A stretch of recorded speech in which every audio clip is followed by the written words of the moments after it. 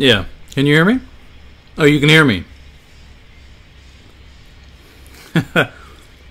Okay. Well, that's good. Let me turn off music. All right. Nice. Cool. What I was trying to do is, instead of using the laptop video source, I was trying to hook up my DSLR camera. It's a Canon 80D. Yeah, and I have one of those Yeti mics hooked up. Cool. So, I don't know, you guys have probably seen that there's a whole lot of people that post, Jordan Peterson stuff. The only reason I've stopped is because in September, I think it was mid-September, I received a message from YouTube saying that my channel was going to be demonetized for duplication. There were other channels that got demonetized too, like Voltaire. I'm drawing a blank, but there were a few other channels that would cut clips. I was kind of surprised that it happened, but that's what happens. So I'm not really sure what to do now. I didn't stop posting Jordan's content because anything with the Kavanaugh thing. See, the most amazing thing to me, because I've listened to not all of his university lectures, but all the Bible lectures, probably each one at least 2 or 3 times. Not because I want to listen to it. I liked listening to them, but the whole thing was, the idea was I was editing, so I was listening to segments over and over. And as soon as I read the Kavanaugh thing, I thought to myself, oh yeah, I know what he's getting at.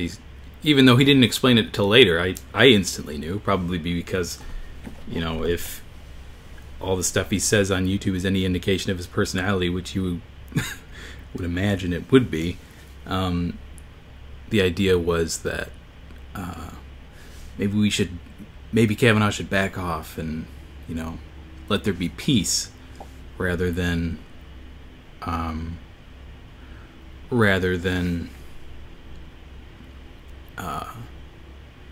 so much turmoil. I mean, I don't really care. I consider most of what you see on the mainstream news to be basically the PR arm for the state. That's what I consider politics. Basically the public relations arm for the state. Okay? So, it doesn't matter. Kavanaugh gets elected, Kavanaugh doesn't get elected, doesn't matter. Kavanaugh is definitely a statist as much as he could be one. But there is one odd thing that I came across recently, and that was Peterson's. I'm thinking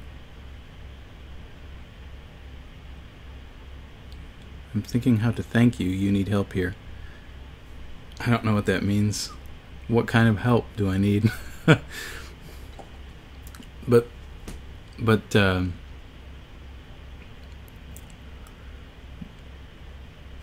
the odd thing that Peterson had tweeted out was the whole Holocaust denier being synonymous with climate change denial. Is that, I don't know if I'm getting it right.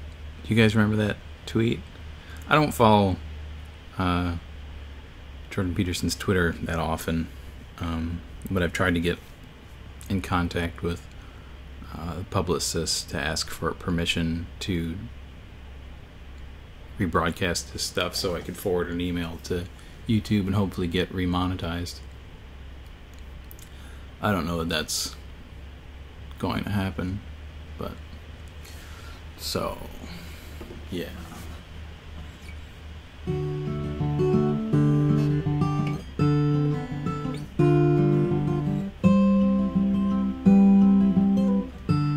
Yeah, I don't have anything with Peterson today.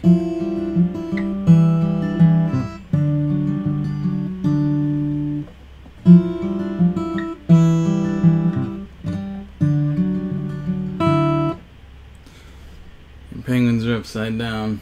Yeah, well,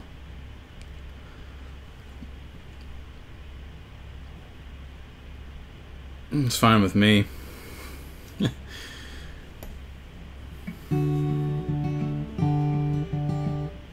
Yeah, it should be clear. Is it looking like it's pretty clear? I think that if I had, how about I PayPal you? Yeah, I don't think I can turn on Super Chat because I'm no longer a part of the YouTube partnership program.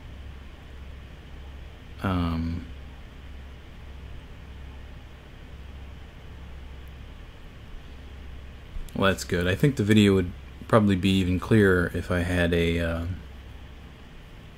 lens with a lower stop. You could start posting about your own ideas, since you might have taken some influence from watching all those Peterson lectures. Well, funny enough, you know, I've thought quite a bit more. I'm kind of looking at the streaming options here, too. Do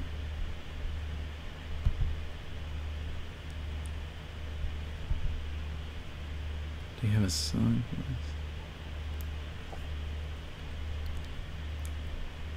Play Paco de Lucia? De Lucia? I don't know, Paco. I don't know Spanish. And I don't know that song. What's the topic? Or may I suggest one? Yes, your own ideas. Give us some. Well, I don't think that... well, I'm still kind of trying to learn a little bit more about history. Like, for instance, I started watching Chris Hedges on YouTube, who is a war correspondent and a journalist. And he's written quite a few books. One of the more interesting books is a book of his called War, A Force That Gives Us Meaning. And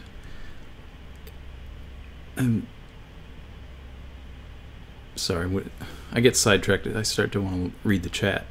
And Chris Hedges' book is basically about. I haven't read it.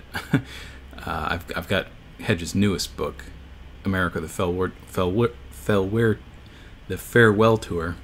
Sorry, it's a bit dyslexic, but not his. As far as I know, his first book, A Force That Gives Us Meaning. But it's about basically, you know, that soldiers, people in combat, you know, have a lot to relate to, especially when they make contact. So, you know, they develop this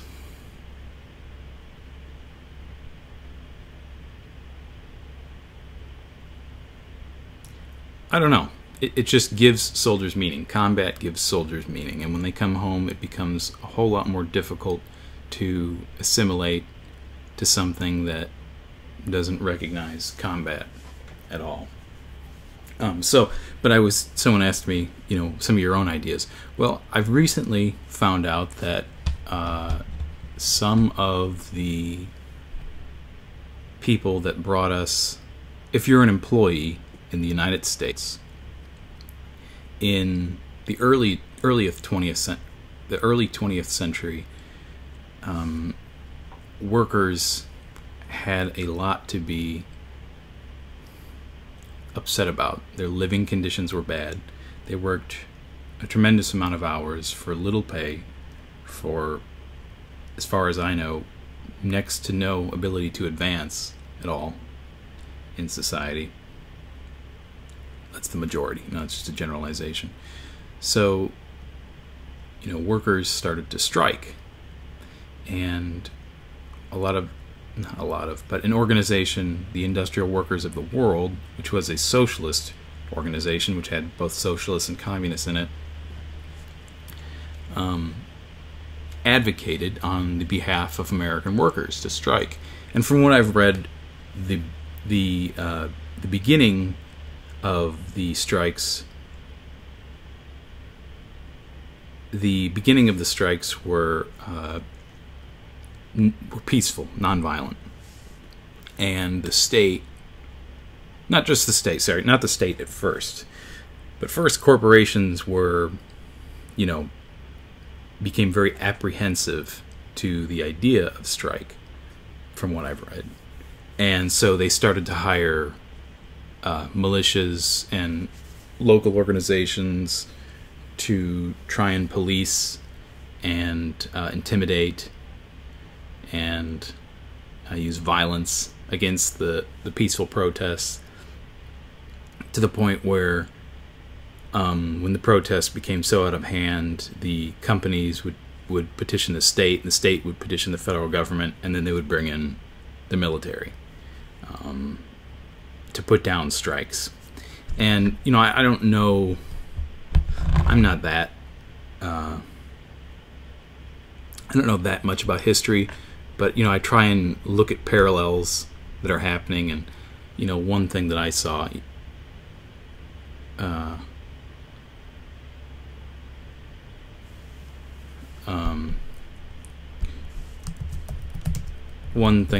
was around the same time the revolutions in Russia were going on. So maybe the state, basic to understanding history, the solid understanding of human nature. But the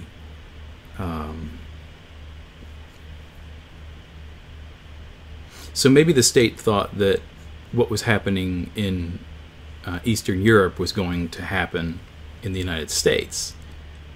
So I could see, you know, why there were legitimate fears, although I don't think that's really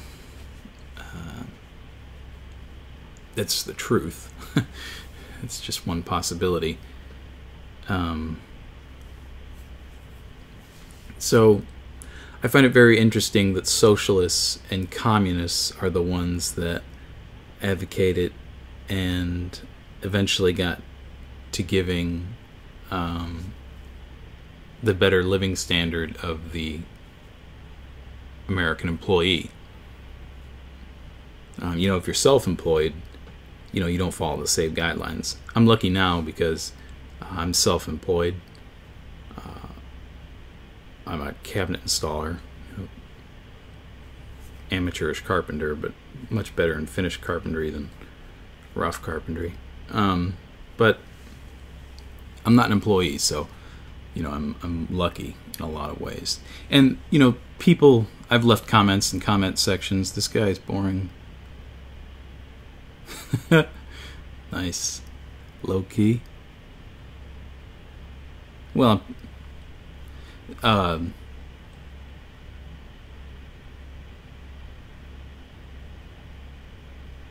forgot what I was going to say. Oh, people have said to me, well, what if I don't want to work?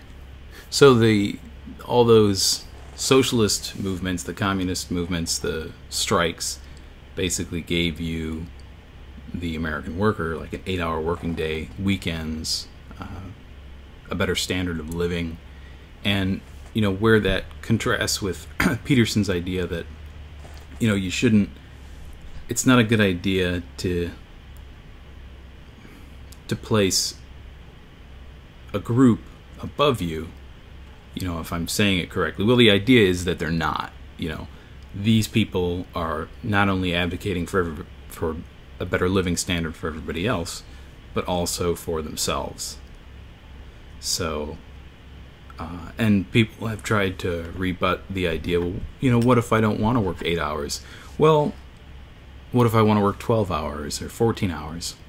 Well, okay, but what if you weren't making even minimum wage? What if you were making $1, $2 to $3 an hour?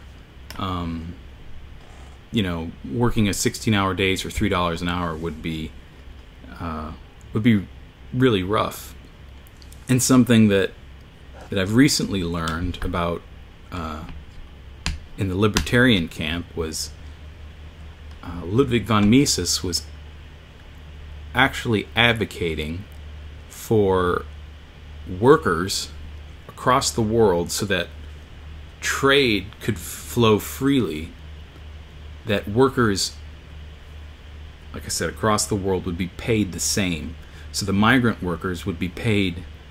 Well, so what that would do was basically reduce the American living standard and the European living standard down to that of the migrants, which at that time I think were Chinese and black workers. So a lot of people don't know that about Mises. I mean, it just doesn't sound like a very good idea. That means that you and probably all 33 people watching right now wouldn't ever have been able to get out of what would be far below poverty in the West now. And you know, so it's just weird that that's kind of stamped out of history, and a lot of people don't know that. I certainly didn't know that.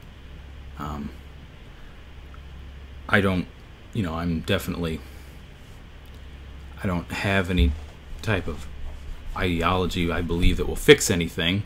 I personally like Karl Popper's idea of open society. I don't even know that much about Karl Popper, but the concept of open society is that in order to it's not George Soros's open society, though he may have grabbed ideas from it for his organization. Karl Popper, the philosopher's idea of an open society was that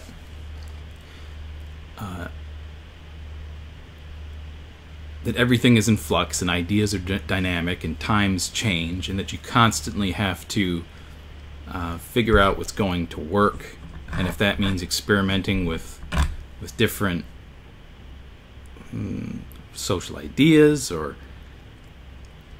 it's just the idea that there's never any one set of ideas. Nothing's ever final. Everything has to be under constant scrutiny, which, you know, if you extrapolate that out to the individual, you know, if you are constantly policing, I don't know, policing is a good word, but being mindful of yourself, then, and taking action to do, you know, what's best for you, then, you know, you'll probably come out well. And I don't think that the future is going to be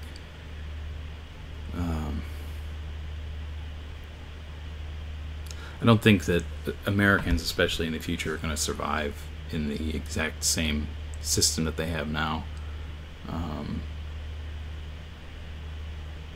Basically, the whole idea of profit being the bottom line. I mean, you hear people, every once in a while I'll see something on Fox News, and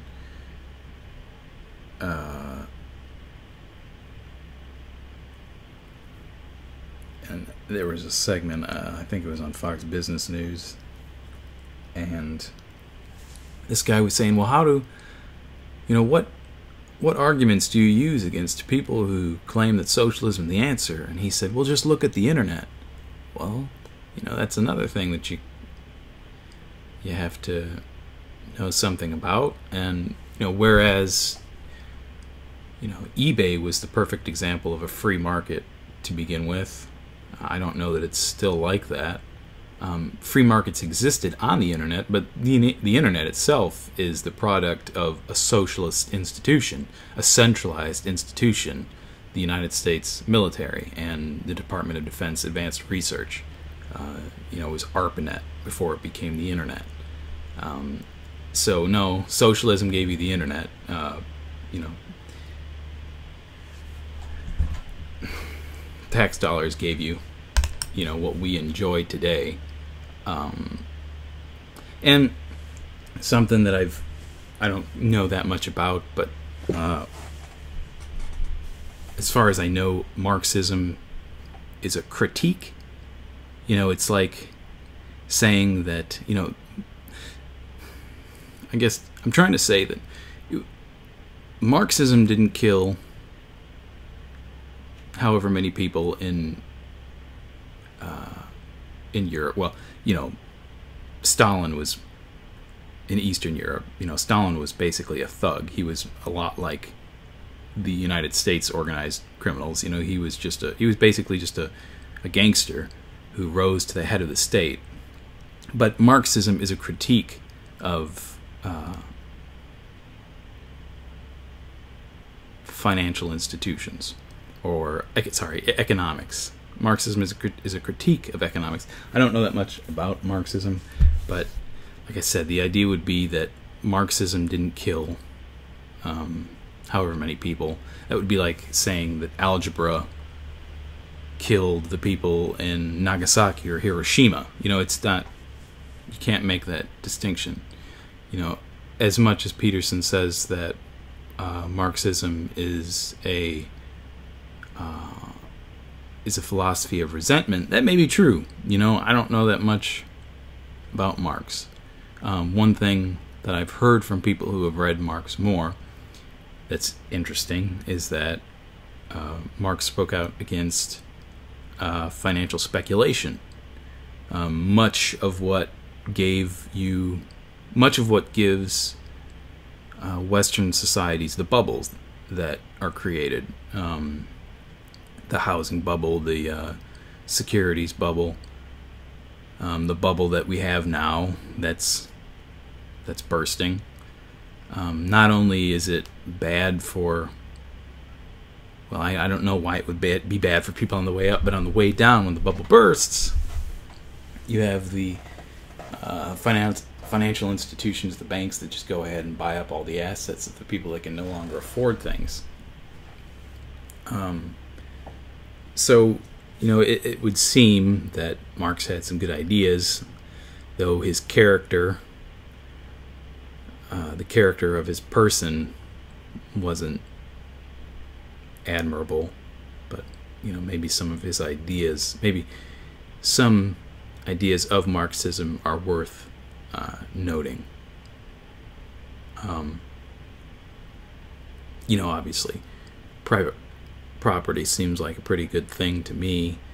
But like I said, I'm much more towards Karl Popper's idea of an open society, so it shouldn't just be,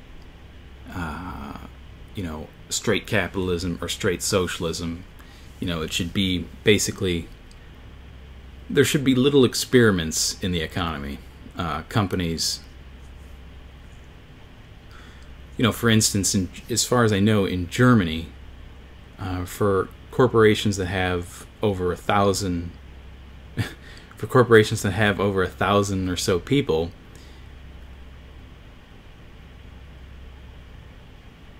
for corporations that have, what the hell's up in this chat?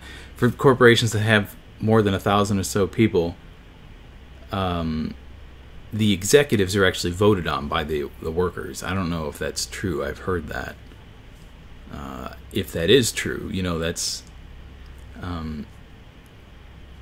I mean, these are just little things that, you know, why doesn't anything ever change? Well, of course, you know, there's always unintended consequences, and you go ahead and you solve one problem and you create a whole bunch of others, which is true. But there's no, it doesn't seem like there's enough innovation in economics. I mean, not that I know that much, but it seems like we're reaching a pretty bad time now. And there's one point of contention that I have with Peterson, you know, whereas he says, you know, people in the West are the people who are the poorest are still among the 1% of the world. Well, you know, I kind of like to, though I don't always know if it's appropriate, basically go from micro to macro. And by that I mean that maybe, you know, we shouldn't judge, the Western countries shouldn't judge themselves based on the other countries of the world. We shouldn't judge ourselves based on poorer countries, but by where we were at, or where we are at. And I think that if we did that, maybe we would move forward. I don't know what the hell that means.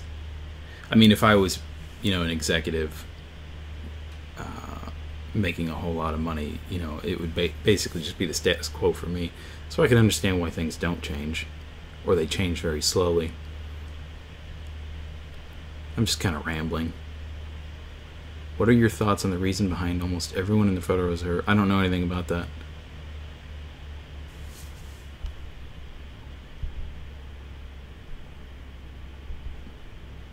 You guys have any questions?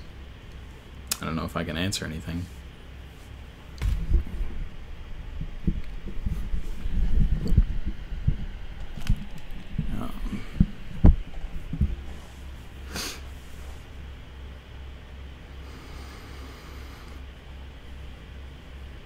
So yeah, I don't know.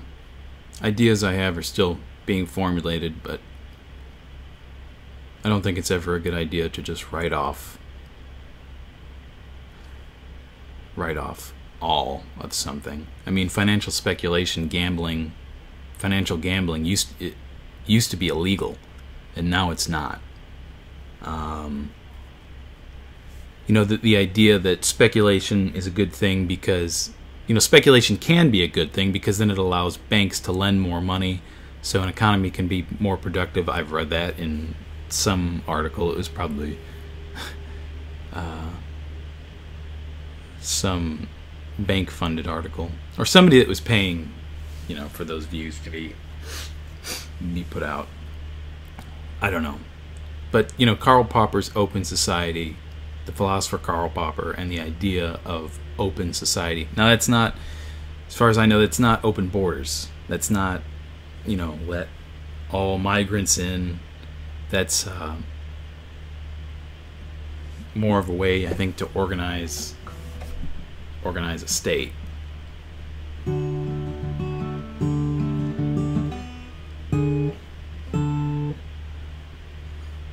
I'm not really too concerned with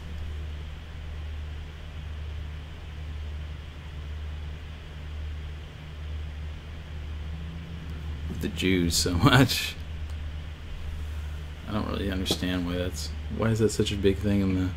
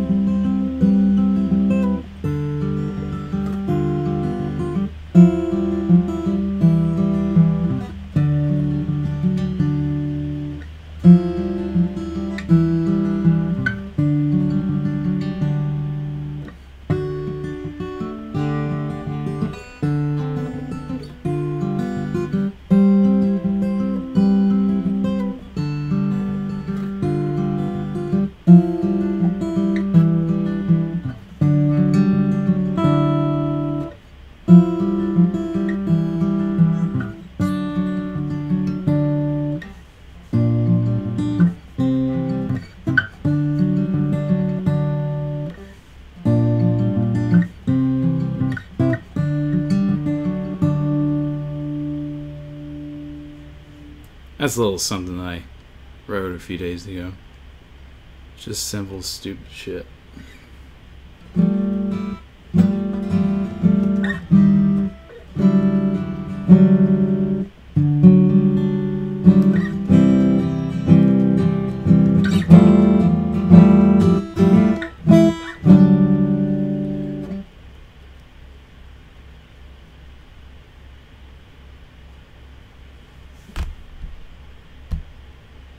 Wow, there was a comment that was held for review. That's interesting. I don't understand why that's... I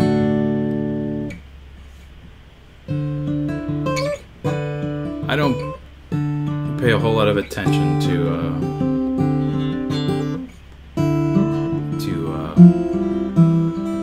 the Jewish conspiracy theories.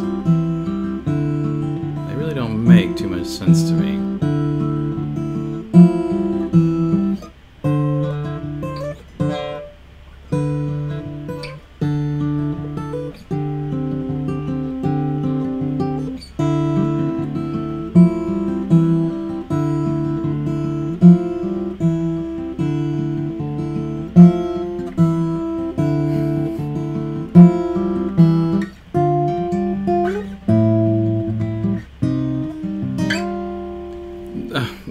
idea that Jews are behind most of the ills of the world. I think most of the ills of the world can be chalked up to people not...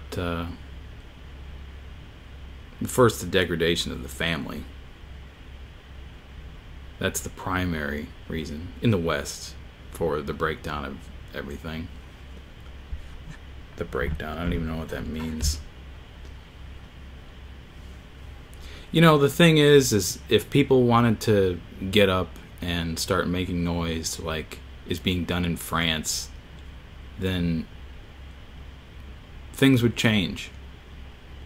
You know, Frank Douglas has a famous quote that power concedes nothing unless people demand of it. And that's the truth. If people don't get out in the streets, then nothing happens.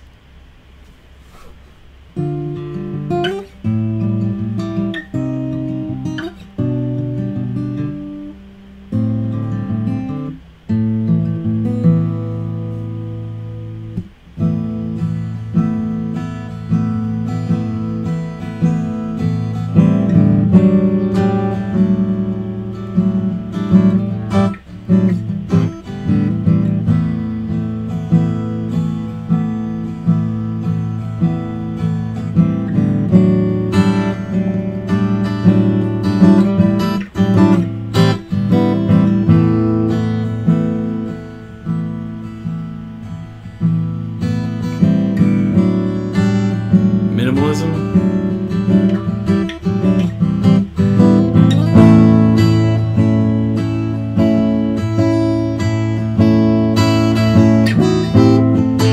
I don't know that much about it.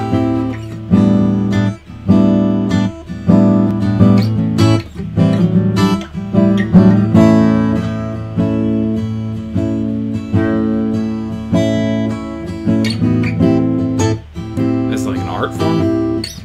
Or just in anything?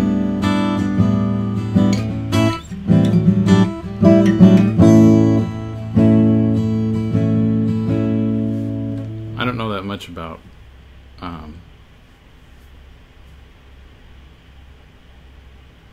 way of life. What do you mean? Minimalism, like doing the least amount of what's required to get by in life. Working part-time? What do you mean?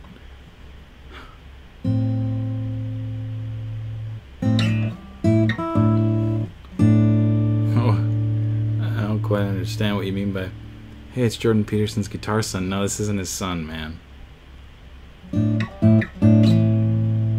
This isn't Julian. This isn't Julian. This is some guy who's only met Peterson once. And that was only at one of his lectures. Basically, with all the money that I made off YouTube, I felt kind of obligated to give back a little bit. How dare you resent your...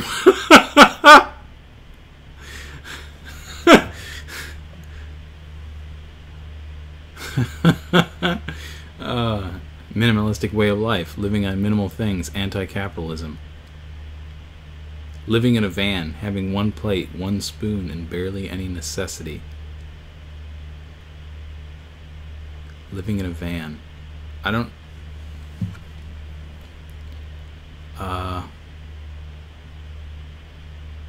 that van would have to be fairly nice size.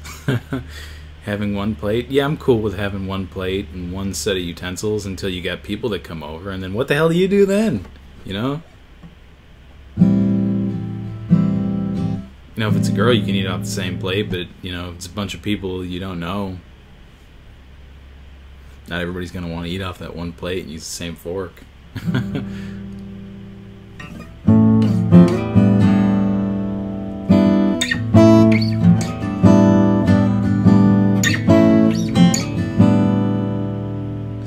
Living in a van. There's a whole lot of people who live in vans now. It's kind of a big thing. Living in RVs, living in vans. I guess in San Francisco, a lot of people have to live in their vehicles because they can't afford the real estate prices. whether it be renting or owning. Adjunct professors have to live in vans. People involved in Silicon Valley live in vans. That kind of sucks.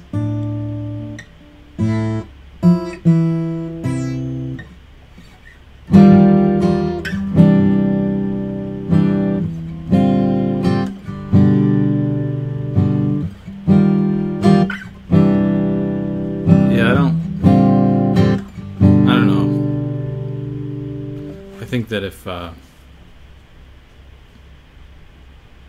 wanted to travel, maybe living in a van would be a cool thing, but I'm not that interested in traveling around the United States right now.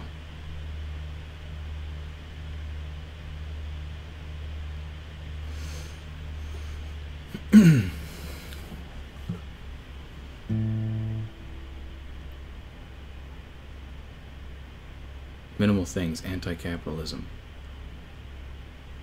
Well, I got another little rant for you. You know, Trump's whole thing with, China, and blaming China for, well, I don't know exactly what he's blaming China for, but, you know, United States companies moved to China, and though Chinese work in them, there's still a lot of American corporations that basically are making things, and the reason that a lot of the things that are made cheaply is because the bids are so low. You know, you can only make so much of something. You can only keep the quality of something so high when you're being paid so much. So, you know, that's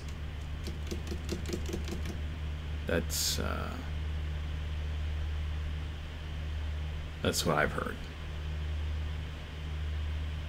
But they probably do steal. I mean, China's not a good place in that they steal a lot of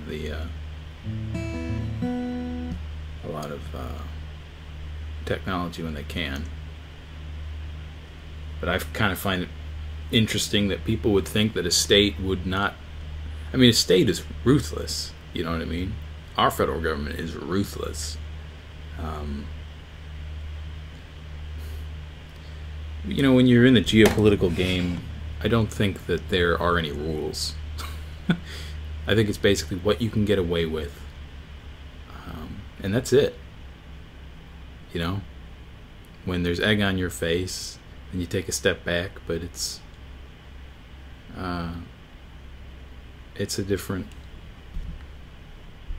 set of arrangements.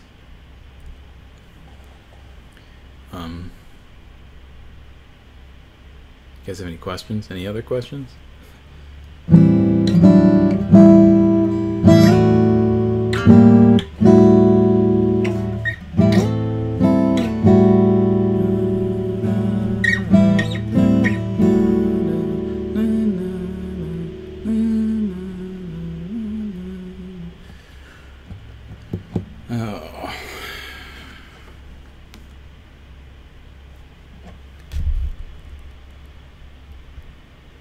One of these lights too, I don't know. It's kind of bright. Yeah, I've noticed there's a lot of people that really got upset with Jordan Peterson over the Kavanaugh thing. Whatever. I'm not hanging on some guy's every word's on Twitter. Oh, God. It's so funny. So many different camps on the internet, on YouTube. It doesn't resemble the world that much. The real world.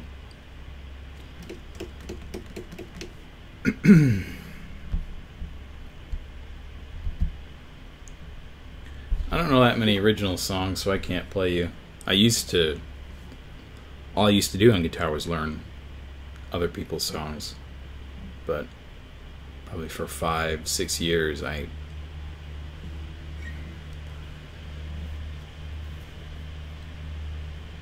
Where is all this going, bruh? The division in this country is getting pretty out of hand. Is social media to blame? Well, I don't know.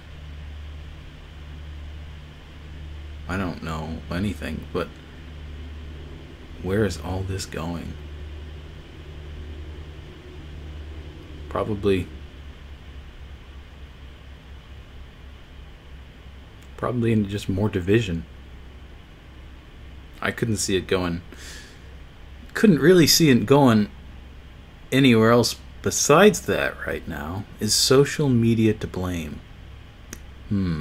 Well, I believe that with YouTube and, well, specifically YouTube, you have the comments section. You have a video. You watch something and you got an idea or something, so you want to jot it down on the in the comments section, and then you think that you're responding to somebody. I think I've heard Sam Harris say something about this. It might have been somebody else. And you think that you're entering into a conversation with somebody. You know what I mean? Like there's this dialogue that's being opened up, and there's not. It's basically, I think it was Shapiro at some point who said something about that. The idea is that somebody posts a comment and you post a comment and somebody's already moved on, and they're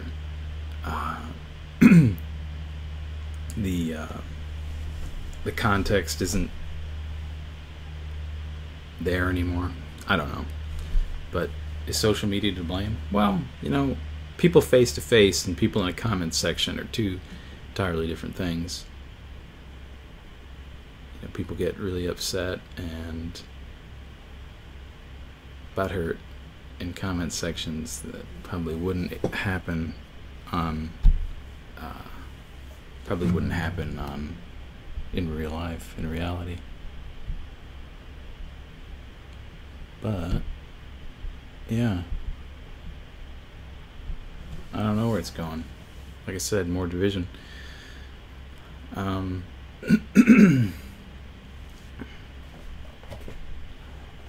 Put the guitar down when you speak. Use your hands to emphasize points. You'll be a much stronger speaker. Oh, I didn't know this was Toastmasters. I wasn't aware. Oh, God. Look at me. I'm in the corner of a room. I used to have a little studio.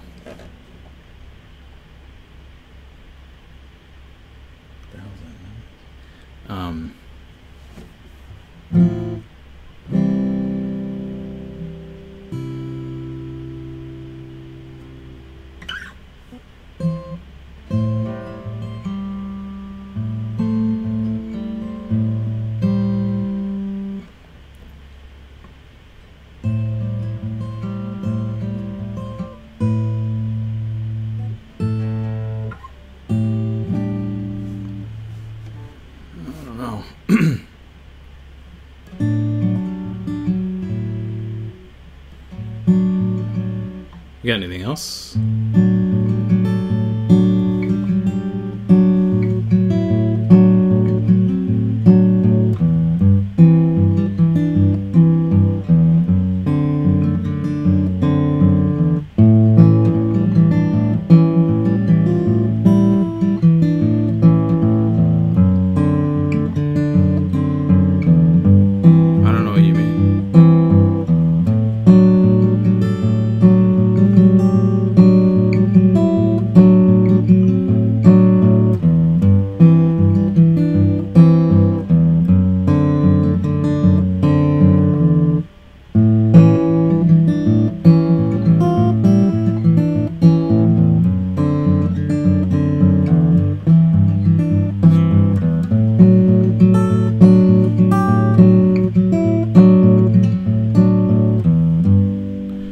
It'll just go on and loop around and around, and then finally I came up with a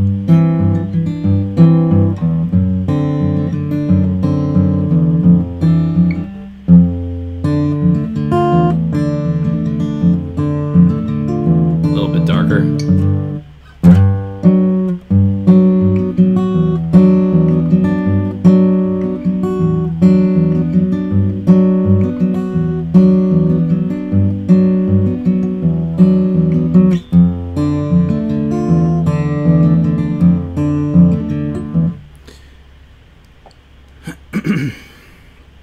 Yeah, they are looking kind of batty.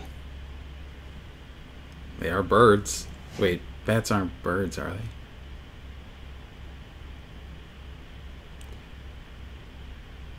Who is this, El Dragon? I ask because I am the former... How do I turn off having to review comments? I don't want to have to review people's comments. I ask because I am the former you. The vitriol between the groups, left and right, black, white, is as bad or even worse than in the pre-war Yugoslavia. Oh, I don't know much about Eastern Europe. I mean, the most I know about Yugoslavia is what I've heard from Chris Hedges. Division is fission. Well, I know that it's fission. Union is fusion.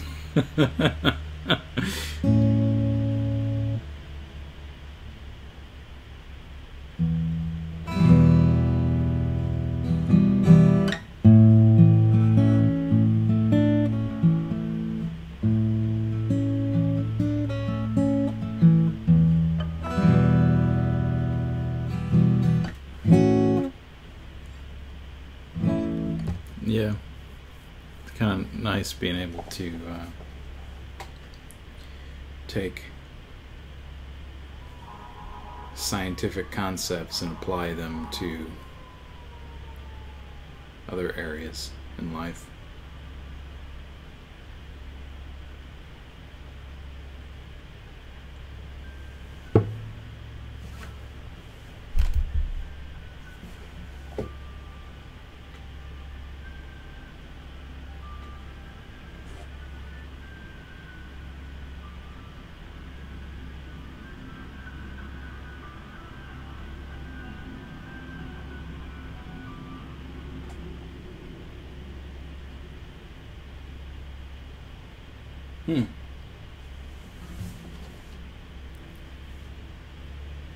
Character of Jesus Christ is fission? I don't know anything about that.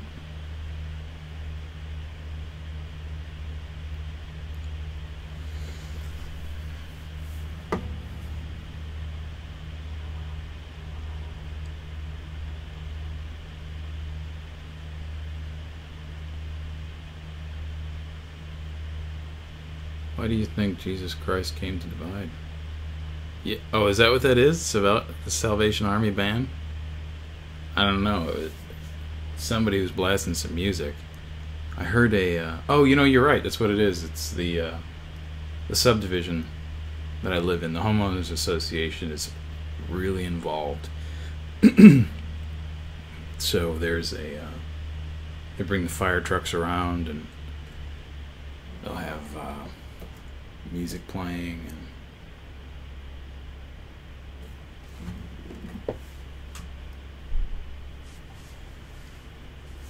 this Christmas will be a little bit more difficult. Well, this whole past few months has been difficult because my father died in July.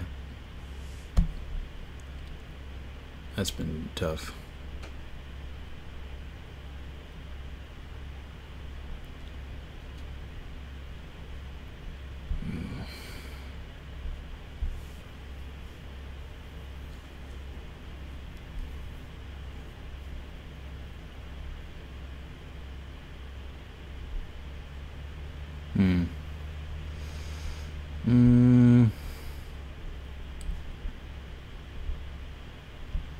Yeah, I don't really have that much more to have to contribute. I've lost the dashboard.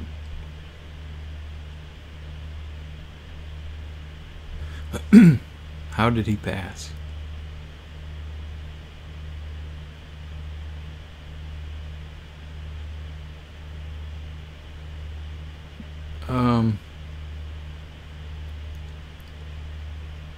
Well, I did have cancer, but I don't think the cancer is what killed him. I think an infection in his body, an infection, I believe, killed him.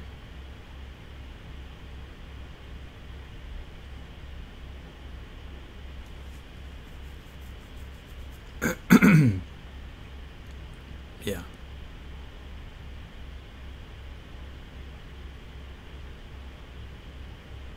He had esophageal cancer. In 2004, he was involved in an auto accident, which he wasn't at fault. Basically, he was at a red light, and a guy driving a vehicle dropped his phone, went ahead to go grab his phone, and instead of hitting the brake pedal, hit the gas pedal, and accelerated into my dad sitting at a red light. And of course, it was a domino effect. My dad went ahead and hit other cars, so it was a bad accident for him and a few other people. And my dad had some extremely bad headaches, so he'd be popping Tylenol 3 or 4 a day. And sure enough, once his cancer was diagnosed, and we were surprised that it wasn't, as far as we could tell, primarily in his lungs, that his esophagus, so there's a correlation that's been found. There's medical articles that have found a correlation between acetaminophen, which is something that allows medication to be absorbed quicker, I believe. Acetaminophen, it's like Tylenol. Acetaminophen, like when you get hydrocodone for a pain reliever, like when you have your wisdom tooth pulled out, which I had recently. You probably can't see it on the screen, but I believe that allows your body to absorb the pain reliever, the hydrocodone, the opioid, more effectively. But acetaminophen is also correlated with, like an long-term use is correlated with esophageal cancer. So for a while I thought that's what killed him, Tylenol, and not cigarettes. He smoked cigarettes quite a bit, but I don't think it was cigarettes. Some people have the genes for it and some people don't, and I don't think the cigarettes are what got him.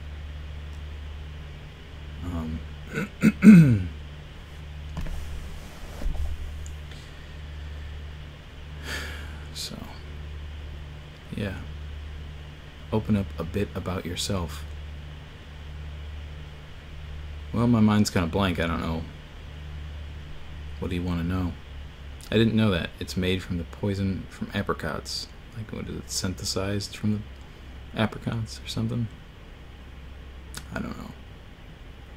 Cancer is a rebellion within the body. Yeah.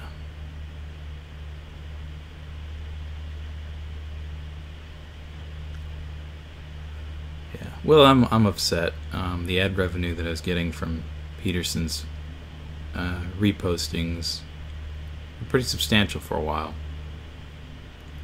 And, YouTube sent me a letter saying, that I need permission. I went ahead and looked for an email. And of course, I think it's Peterson's publicists that handle his emails. But I was hoping to maybe get an email from him or somebody, so that I could go ahead and forward that to YouTube and maybe get my channel remonetized.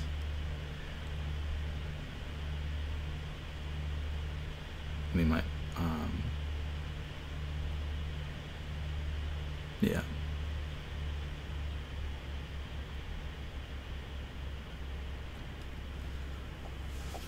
So that may not happen, and if it doesn't, then I should find something else to do with this channel. Your commentary on Peterson is permissible. Yeah, but is it monetizable?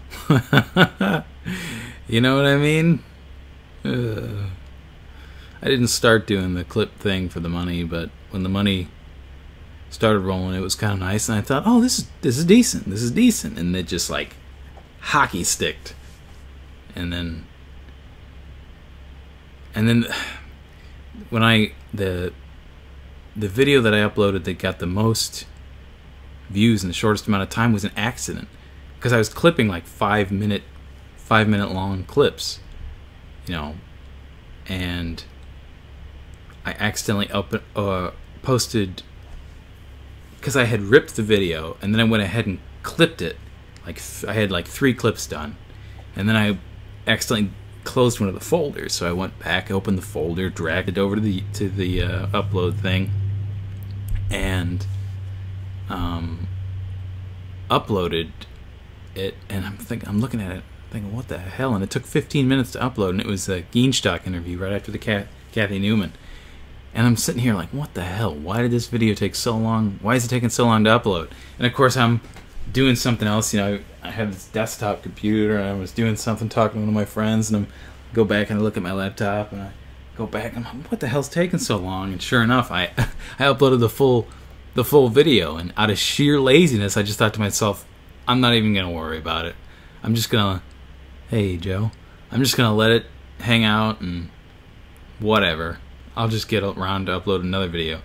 And then, sure enough, 20 minutes go by, and you know, I would check the analytics, and I'm looking at it, and you know, I'm pretty good about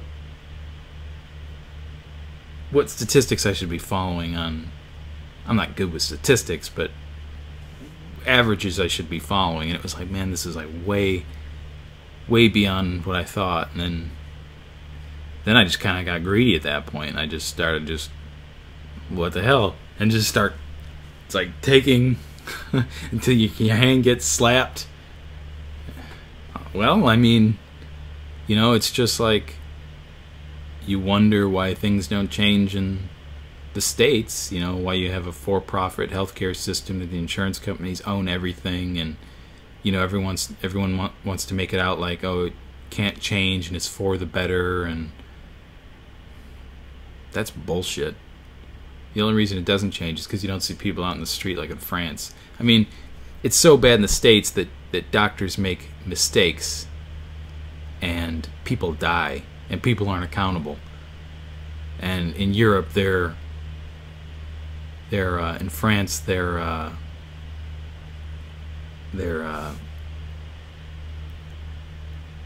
what do you call it? They're protesting over a diesel tax, and people are dying in the States because of malpractice, because they're not valuable enough, because they don't have as much money, you know.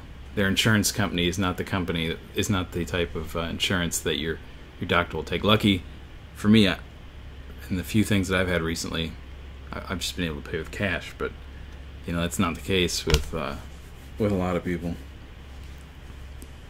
Hey, Adam. But yeah, things won't change in the States until people get up, which, you know, I don't know. The States seem like the most isolated nation on planet Earth. If cash is king, who is the queen? Yeah, I don't know. How old are you? Really old. Let me guess. Credit? Yeah, I've heard that the average person has $60,000 in credit card debt. That's unreal. I just use my credit card to build credit. You know what I mean? Keep an account open for 6 months to a year, close it, open another one. We are ruled by a queen. I'm doing good. I only have 59,000. Yes, I'm 31. We are ruled by a queen. I don't know what that means.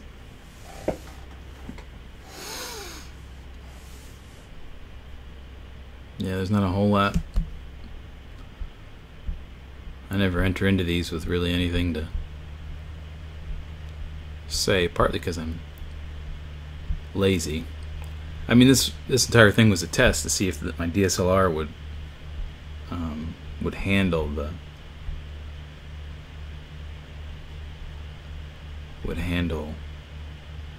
would be functional. And it is. I think next time I'll change the lenses so I get a better f-stop, so I don't have to use this. I don't have to use this light. What happens if I turn it down? It delays so much on the computer that I can't immediately tell what... Did we pass your test?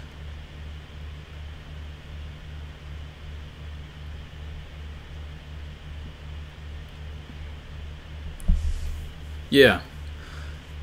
Oh, Adam. If you're still here, funny enough, before you posted that Richard Wolff, that video on Richard Wolff, I had actually been watching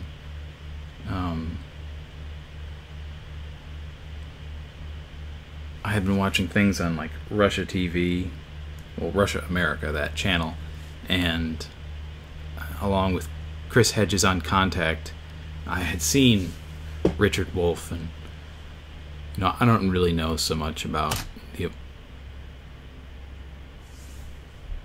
Oh.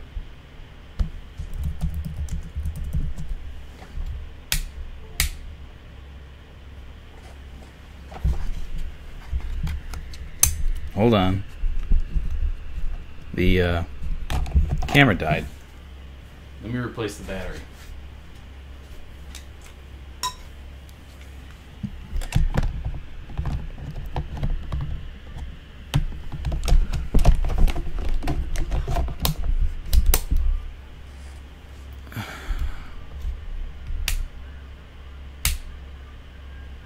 What do we got now? No, this battery's dead. Oh, no, it's not. No, yes.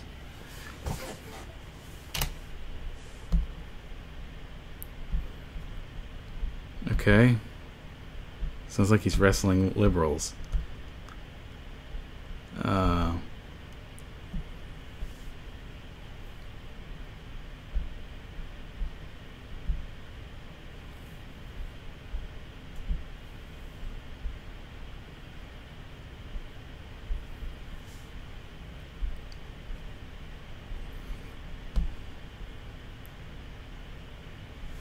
This is kind of difficult.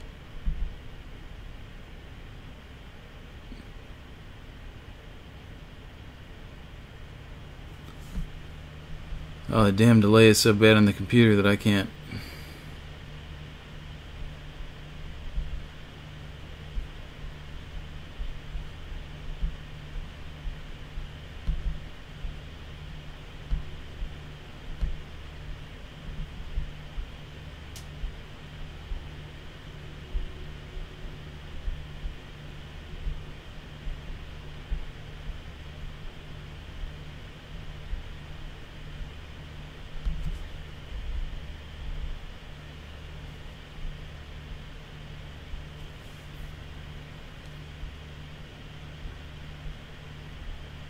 Oh, nice.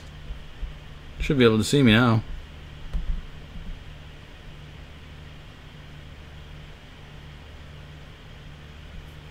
Well, I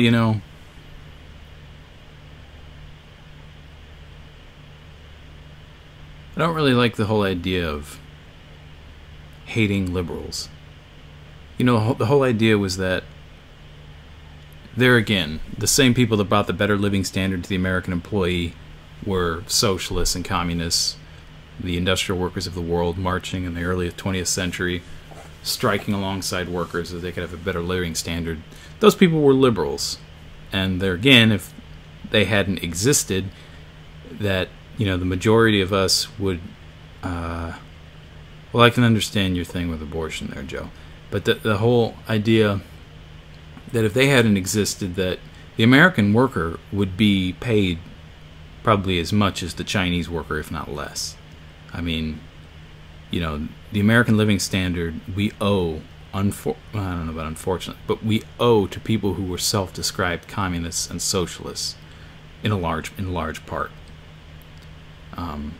Had the strikes occurred without them, I don't know, but they were the industrial workers of the world, the Wobblies, were the ones that get the credit.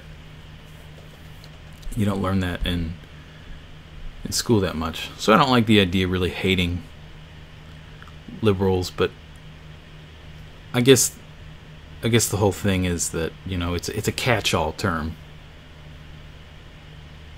In a lot of ways, there's a lot of catch-all terms, like neoliberalism is a catch-all.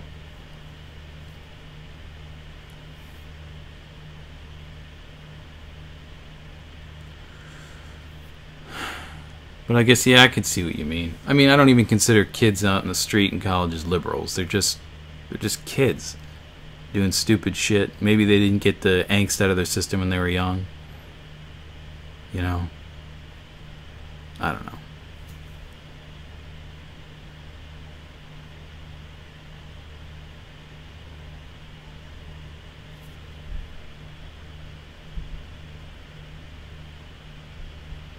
So, yeah.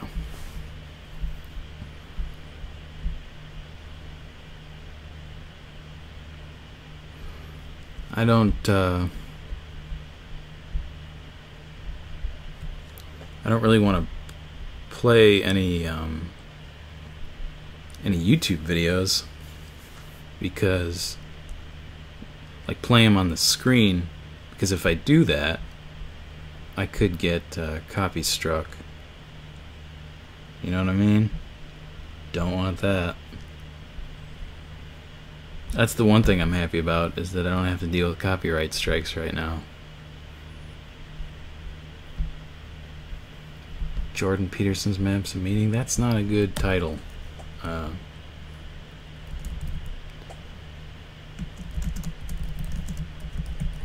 Dose of Truth Hangout. That's a better...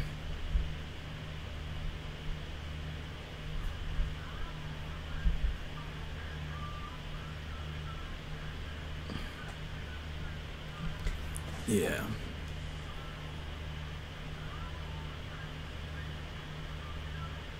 I mean, I don't have anybody on here to talk with, so...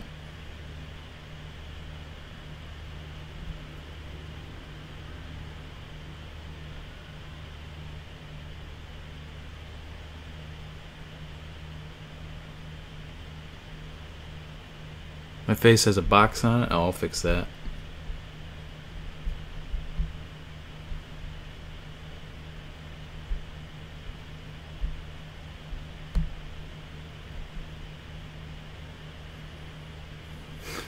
It's a leveling function. Oh, no, I'm upside down. No, I'm just like the penguins. The penguins are right side up. Yeah, it's better now.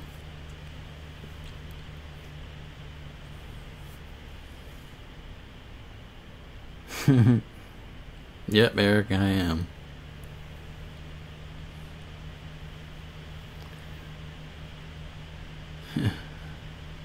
Much more enjoyable for the penguins.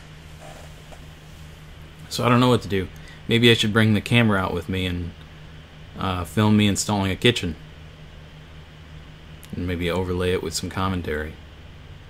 I don't know how fitting it would be for this channel. I have the idea of going back and actually taking every single one of the videos that I've put out, which is probably in the 800 now. Every single video, and basically cutting it up and putting commentary over every single one, so I can... Yeah, that might not be such a bad idea. That would potentially qualify. But then, you know, you get 100 videos in. Maybe not 100. Maybe you get 60 videos in, and you don't even know if you're going to get monetized. I mean, that's the whole point of this now. You know, I wouldn't let anybody fool you. Most people do this for the money. I know I certainly did. Not to begin with, but...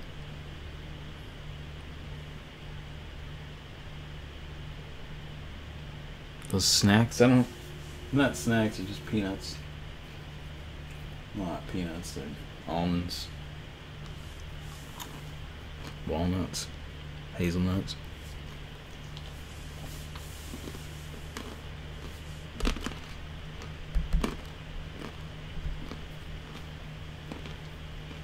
Yeah, they are, I guess. You know, for years, for me, they were basically a staple, and I put them in everything. Soups. Yeah, we can have some.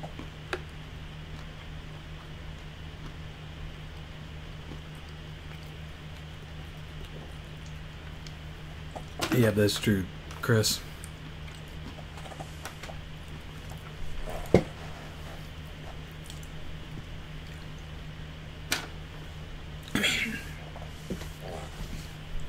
I had gotten that Red Dead Redemption game and played it, and I bought a PS4 just to play that stupid game. And the only reason I've kept the PS4 is to play Final Fantasy VII when the remake comes out, and then I'm gonna ditch the PlayStation because I don't, I don't play console games that much. Ooh, Joe's got to prove that the Earth is flat. What's that, Joe? Joe can prove to us that the Earth is flat. Have you seen the fun South Park is having with Red Dead Redemption? Yeah, I saw a clip of it and I thought it was hilarious. God, it's to a T. I mean, I played that thing. Okay, so I'm self-employed. So, what the? Oh man, battery number 2 dead, gone. Here we go. Let's see if we got a. We're running out of batteries here.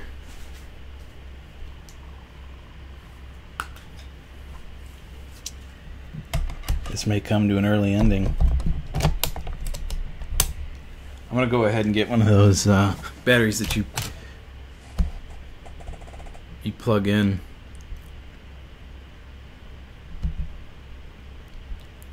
Remote shooting. I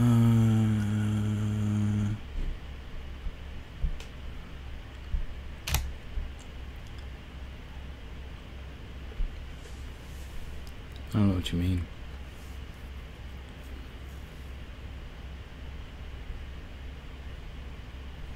Oh, here's that box again.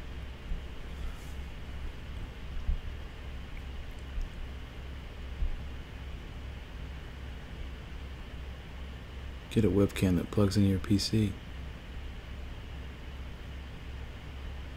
I've got a really nice DSLR camera. I've plugged it into my PC. I think I'd rather use the DSLR. I just need to get the battery that plugs into a outlet.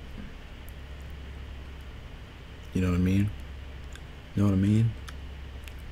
Can you guys? Oh shit. Can you see me? Oh, you're seeing that crap again. Oh boy. Oh boy.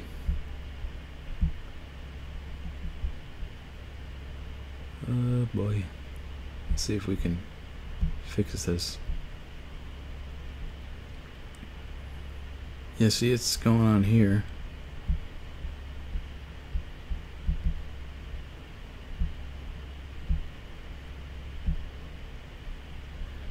What the hell?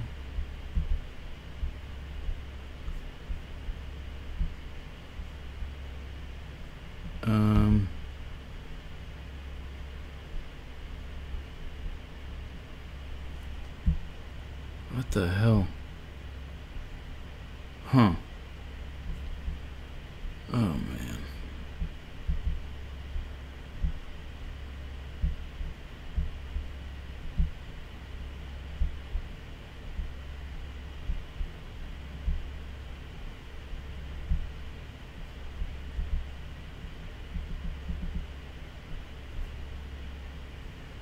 Here we go.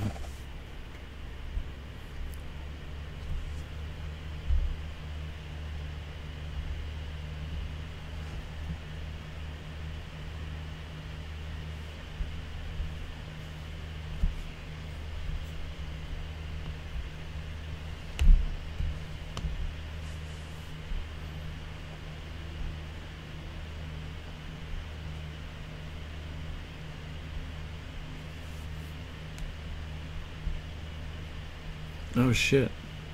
That looks terrible. going on there? Okay. Sorry, guys. Sorry about that.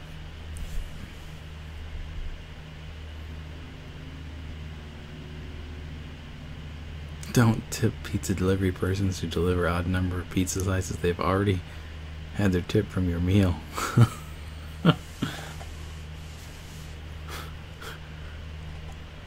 What about if you've got a square cut pizza? Like, I'm from Chicago. They're like, you don't cut it in big slices. Like, you cut it in squares.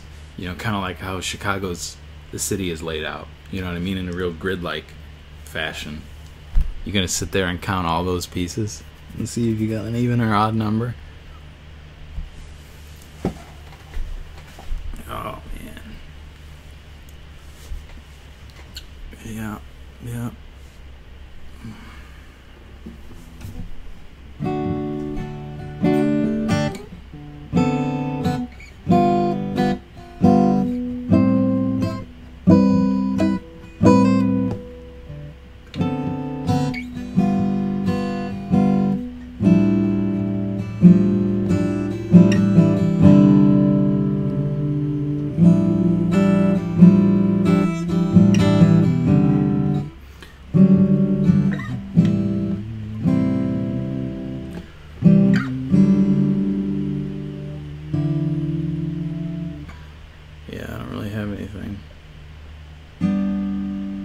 Bad Beer by Slaughter Beach Dog. I don't know who the hell that is, man. Maybe the dog.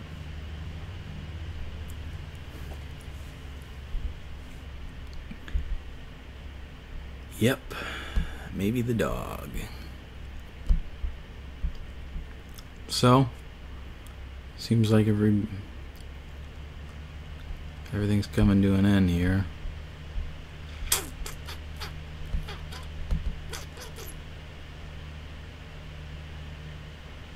Blink-182.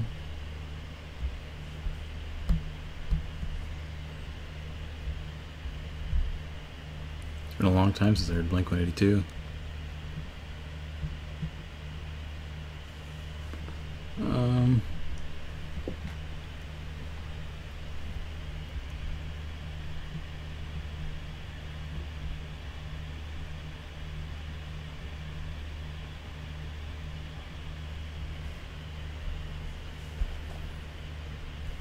It looks grainy. Picture looks kind of grainy, like the ISO of the cameras.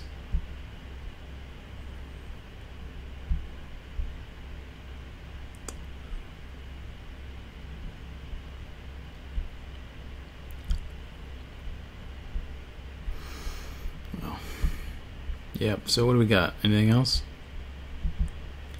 What else is going on? Plays Freedom is a great goodbye song.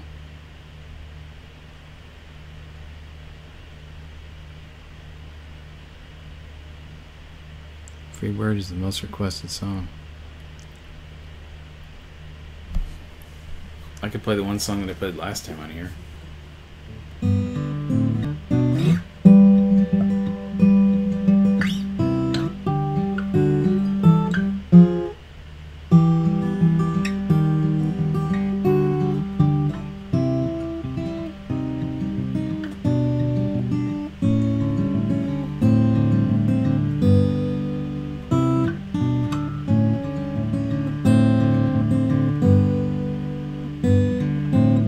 Type of bird, but a blackbird.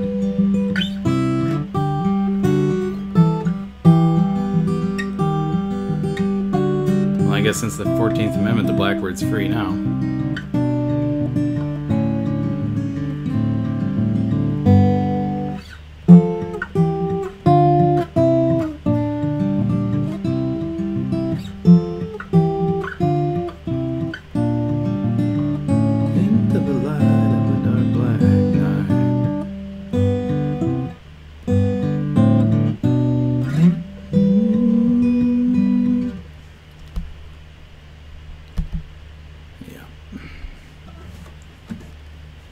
Just say bird of color.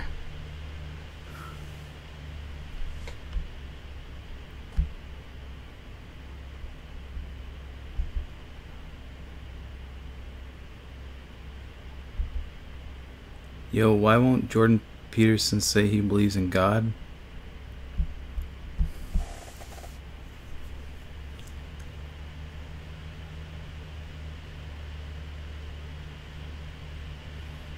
I think he talks about him enough. I mean, come on. Yeah, he does these friggin' biblical lectures. I don't have to ask somebody, do you believe in God? No. I could care less what your beliefs are.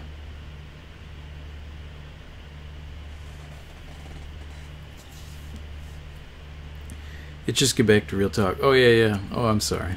Yeah, well, I was seeing Owen Benjamin's live stream, and you know Owen brings it up quite a bit. The the thing with why won't he answer a simple question? I mean, he tells you because he doesn't want to be reduced to a soundbite. And the thing is, in his lecture, nobody's asking him questions. In his 2-hour-long lectures, nobody's asking him questions. If people continuously grinded him, if everybody in a Q&A period just got together and said, look, we're just going to keep asking him the same question over and over, you know, you might get some more information out of him. But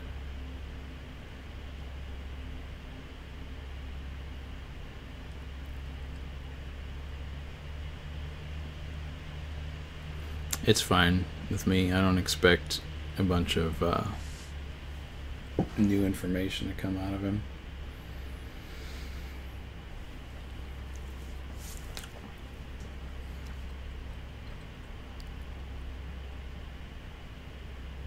I mean, what I've found most interesting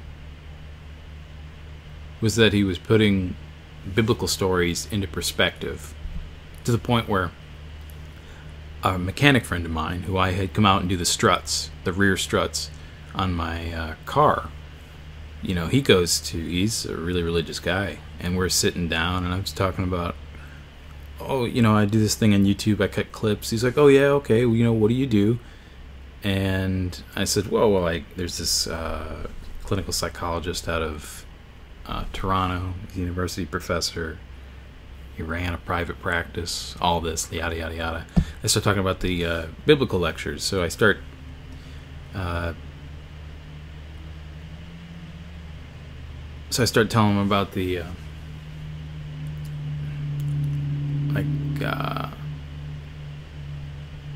I'm having trouble remembering now. But I think with Jacob, you had the idea of the idea of permanence and placing something down and basically centering around that one thing. I'm terrible at being able to explain things, but you know, with John Haidt, that would be like circling, you know, the one thing, being able to get around this one state of permanence, this object of permanence. You know, it could probably be anything, an inanimate object or a person. That's probably what people do with clergy. But, you know, there's a lot of benefits, I think, to Jordan Peterson's lectures. And one thing that I found interesting was Fox Day mentioned that, well, you know, if you listen to Jordan Peterson, then you're probably already pretty messed up already. There's probably something wrong with you. Well, I was listening to his lectures, and they seemed pretty interesting. You know, he was putting a different perspective on stories, and I just don't think that's the case. I mean, I worked in a wood shop. I worked in a cabinet shop where I would put furniture together. Either I worked in tandem with people, or I worked by myself. And I mean, this is a high-end, a custom wood shop, you know, doing $60,000 to $1 million houses. And I basically, you know, in the beginning of the day, you just get a clipboard, figure out what you're going to do, and you start doing it. So I would put on headphones and I would just listen, you know. And I found Peterson, and I would like, yeah, hell yeah, I'll listen to some of these. And you know, he through him, I knew about, but didn't know the extent to which it would be interesting, the Gulag Archipelago. So I listened to probably 5 or 6 hours of that, and holy shit! Like when they start talking about the torture that the soldiers would engage in with people, basically like sitting you up on a bench and not letting you go to sleep. You know, kicking dudes in the balls over and over, and oh god, like it gets really graphic and specific, that book. So, and I don't know that I had ever read any Dostoevsky, and I haven't finished any Dostoevsky, but I started to read Crime and Punishment and something else. But I mean, I don't know. I think, you know, what Vox's biggest issue is that, you know, to Vox, he seems to be taking away Western men from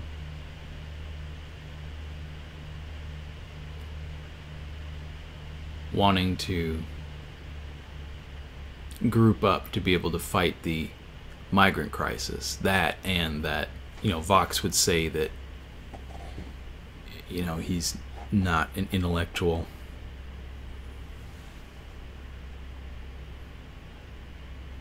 But well, who is the most interesting intellectual you subscribe to?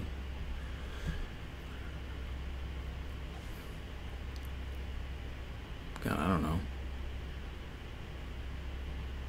I like Ralph Nader a lot. I like his idea that the way that you're going to change things in the States is through Congress. You know, unless you have people that get out in the street. Basically, if you can overtake Congress, then you can get work done, good things done. You know, I didn't know that the Clean Air and Water Act, OSHA, and I think seatbelts were laws that were drafted by Ralph Nader.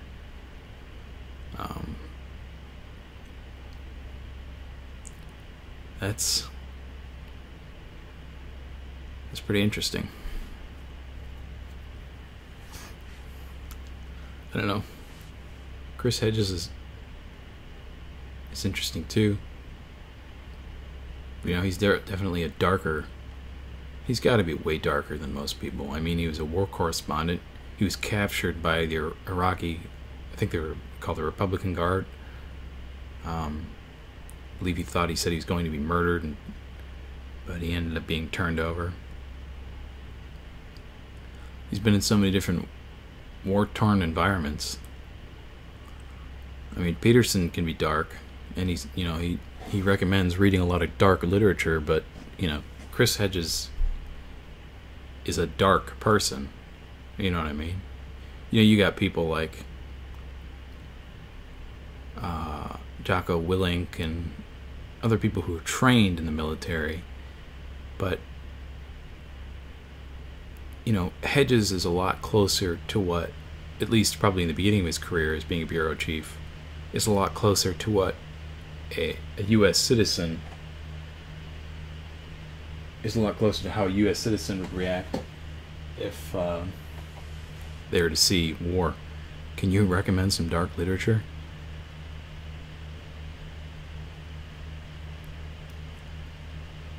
Yeah, go read the Gulag Archipelago if you want to feel sick to your stomach. I don't know, maybe you won't be. I probably felt sick to my stomach because I was listening for 5 hours one day. I was ripping stuff through a table saw. Probably for 3 hours of that day. building face frames for cabinets, and it just kept going on and on about the specifics of torture in Eastern Europe.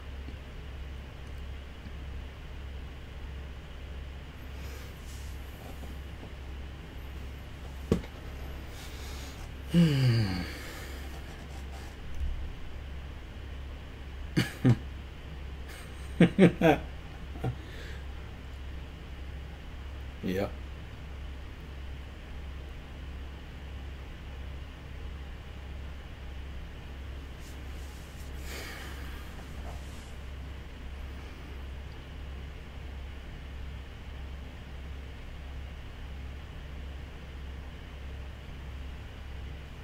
Yeah. Well,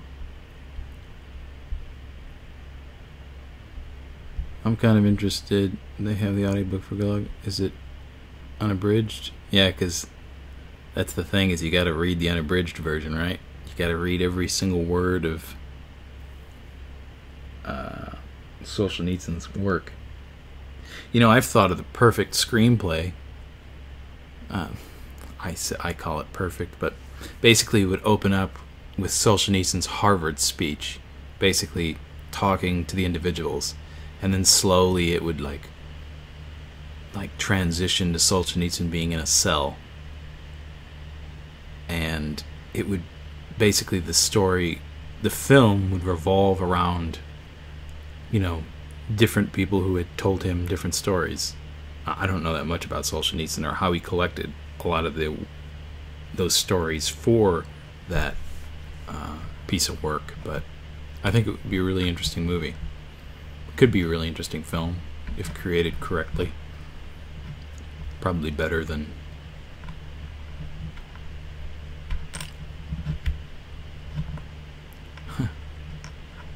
it could be on the. It could be in the realm of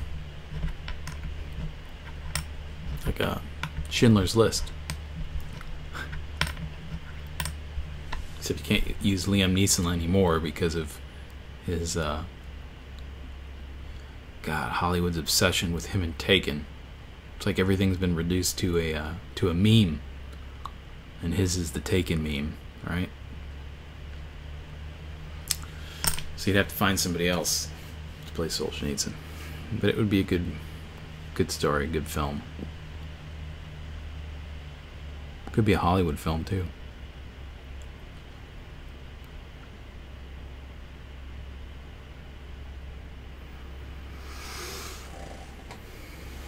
That was my thought.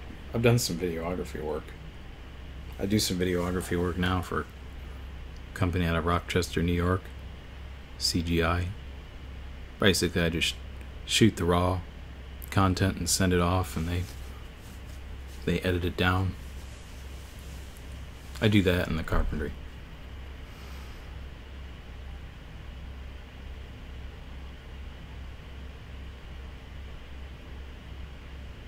What else?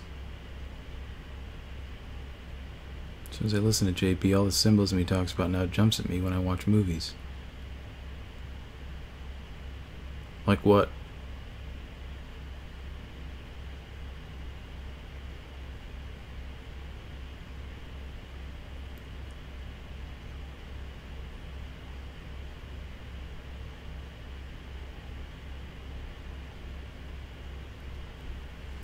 Oh yeah, I know he does a lot about Harry Potter.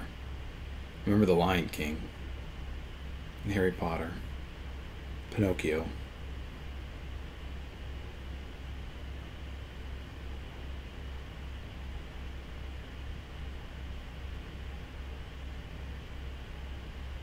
But the snake stands for evil.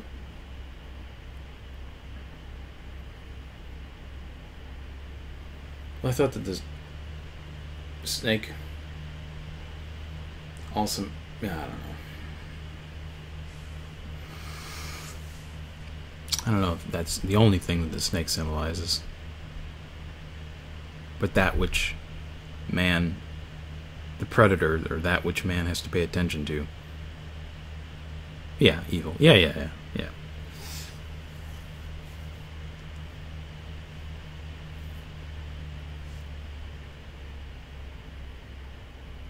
despite what everybody else has said,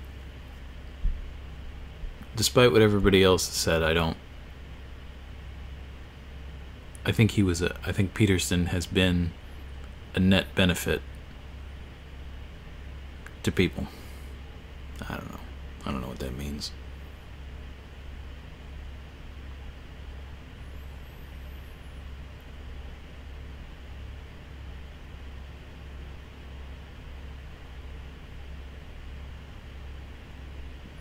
No, it might also be that you just didn't look for symbolism. You know.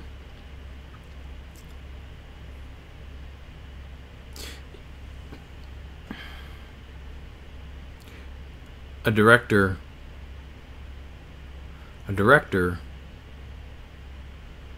will,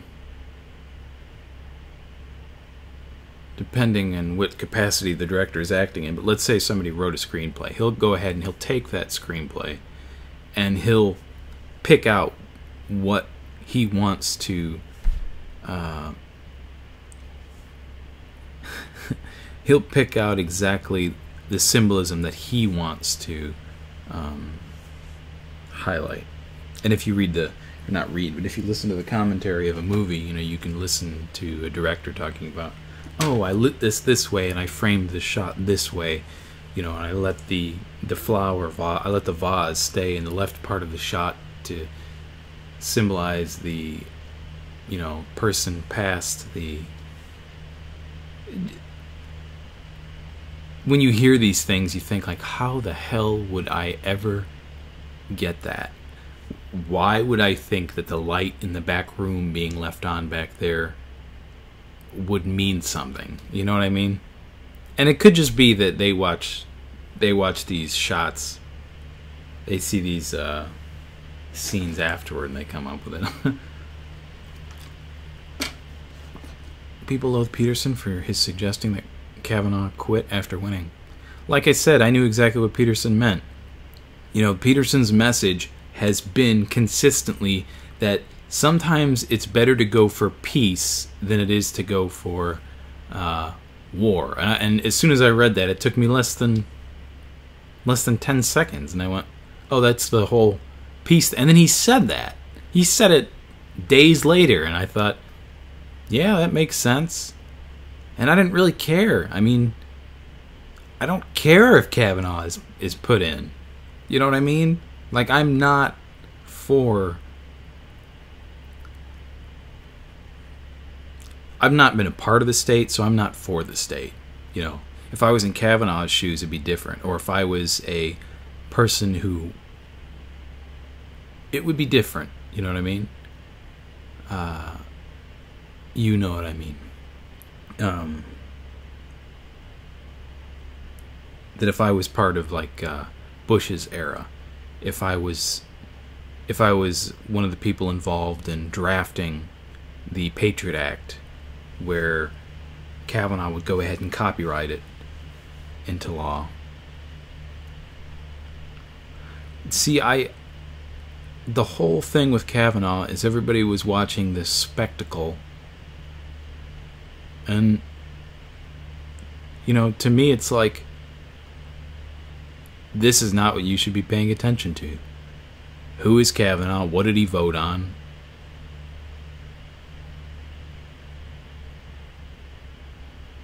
I mean, you're just not going to get a...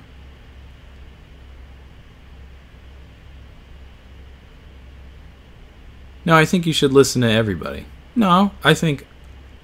I like Owen Benjamin, and I think he should be... I think everybody can have something... Everybody can have something worth communicating. Or everybody has the potential to communicate something to...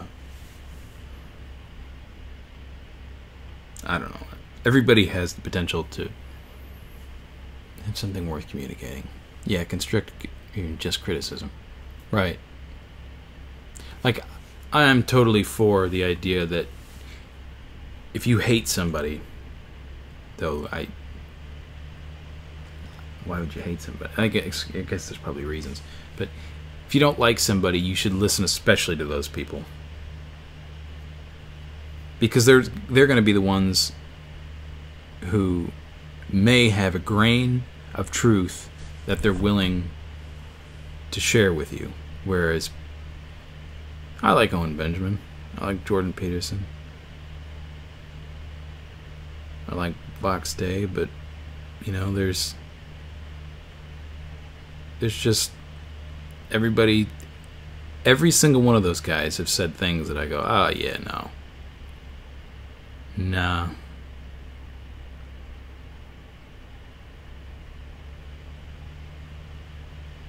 And it's ridiculous. Like, okay, so the whole thing, like, I didn't watch it from the beginning, but in Owen Benjamin's live stream with Vox Day, he comes up to Owen Benjamin's like, yeah, didn't he do something with Agenda 21? And Vox is like, no, it was basically, as far as I can understand what it was, he was invited to participate in the, I don't know if it was the writing of any type. Yeah, I believe it was in the drafting of a, I don't know what you would consider it, but Peterson even talks about it as being something where, you know, he came into this and everybody's, not predictions, but their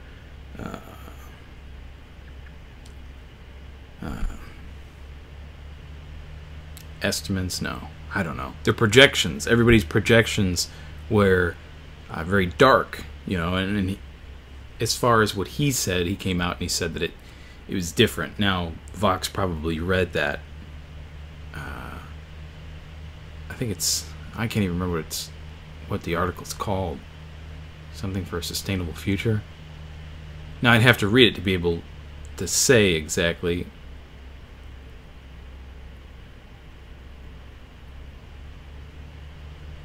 Owen went crazy and turned on the whole IDW. Well, I don't know about that. I don't really know anything.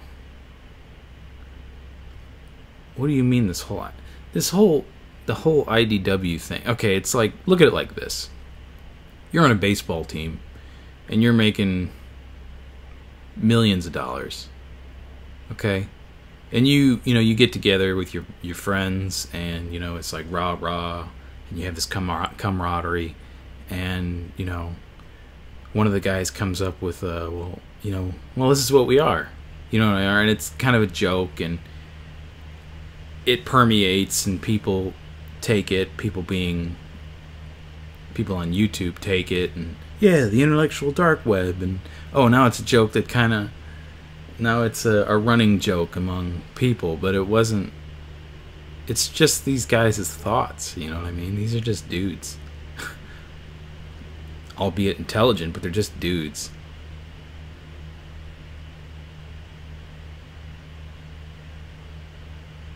Yeah, they're just dudes, man. They're fucking rich dudes, but they're just dudes.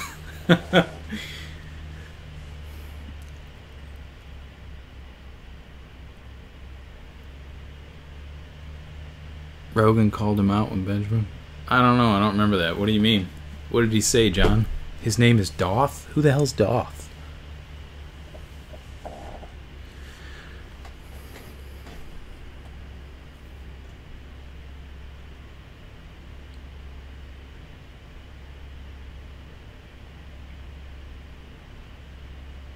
Oh, my name's Mike. You can just call me Mike.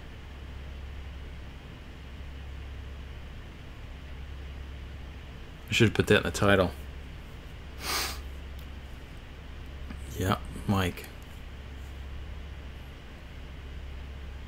I'm surprised it's lived for this long. Rogan called him out on his heretic. You know what? I don't know, because I haven't really followed Benjamin. Nice to meet you too. I haven't really followed Owen Benjamin, but you know, I think Owen Benjamin was kind of in a tough place. You know what I mean? Didn't he get dropped by talent agency or something? I don't know. Dude, people are not in the best place right now.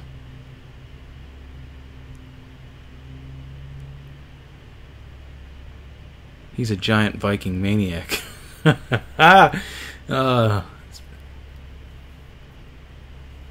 Yeah, man. I don't fault any of the people. I mean, somebody went on a killing spree. They listened to Shapiro. Shapiro got shit for it. Peterson gets shit for stuff.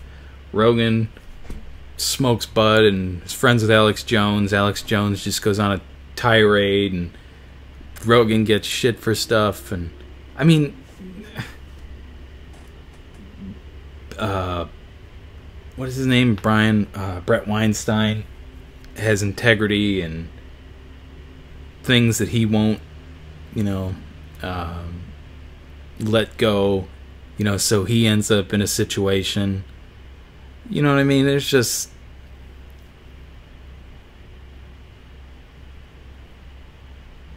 If you drink coffee at these broadcasts. Will perk up your rhetoric.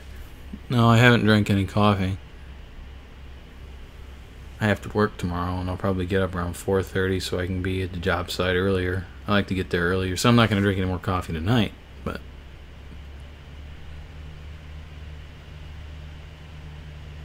I don't know. No clue. I never really followed Milo. It started in the garden, Jonathan.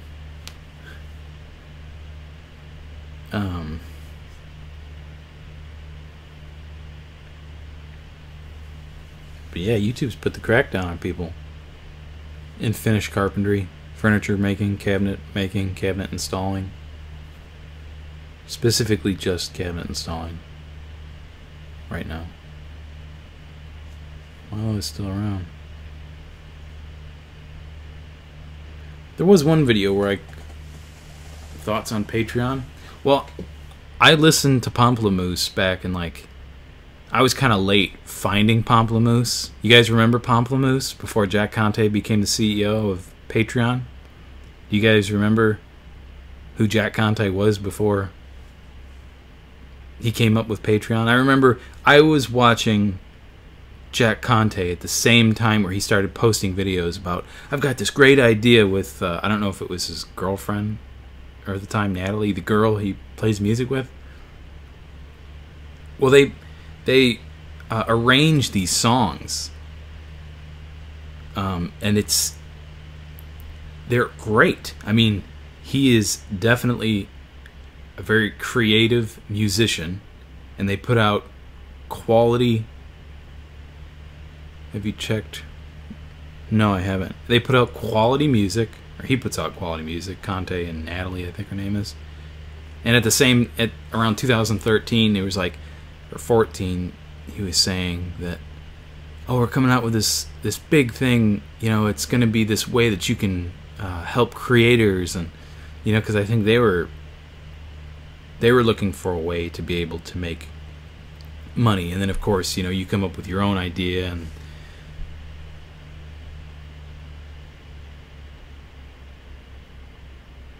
and then then you figure out that idea can benefit others. So you're friends with Adam Friend and PSA. I've talked with Adam a few times. I don't know PSA Sitch. I thought it was Stitch. Is it Sitch?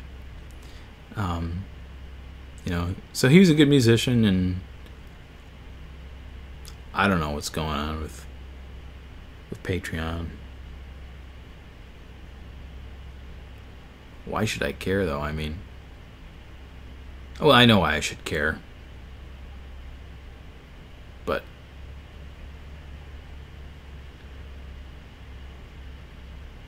yeah, you can talk politics. You can type about politics, and I can talk about it. I didn't start clipping the content for the money. But when I started making quite a bit of money, yes, I did it. Yeah, I did it for the money for a long time. Well, I say for a long time, for about 6 months. I mean, I was still clipping clips, but, when I realized that I could make money at it, yeah. I don't make any money on this channel now. YouTube has demonetized this channel. I have a possibility of getting remonetized, but there's no guarantee that YouTube is going to allow me to enter the YouTube partnership program again.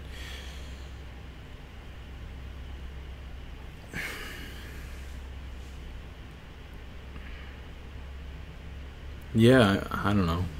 I don't really have that much. The oppression will end one day? I don't think that's true. I don't think the oppression will ever end. There'll just be different forms of oppression. You can't get rid of oppression. And if you were to be able to get rid of oppression, you wouldn't even recognize the paradigm that humans would live in. Because humans wouldn't even resemble who they are today.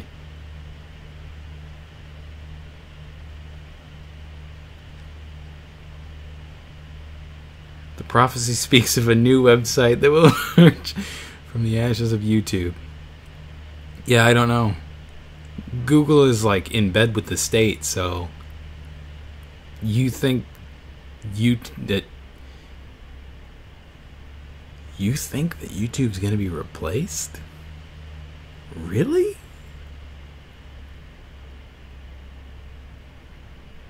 I don't see that happening. It's in bed with Google is in bed with the state if it keeps this up. I don't think so. They hold all the cards. Now, if they piss the state off or they piss politicians off, I don't even know what that means. If they piss people off, the people that matter, then you might have some antitrust issues. Yeah, but we have weaponized autism on our side. Yeah. I mean, that's kind of what I'm doing right now. It's kind of an autistic thing, sit in front of a camera.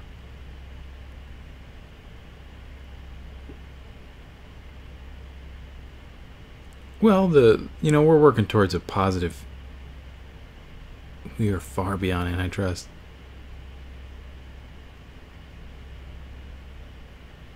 I don't like the idea that Obama was a liberal, because he wasn't. Obama was as right-wing as Bush.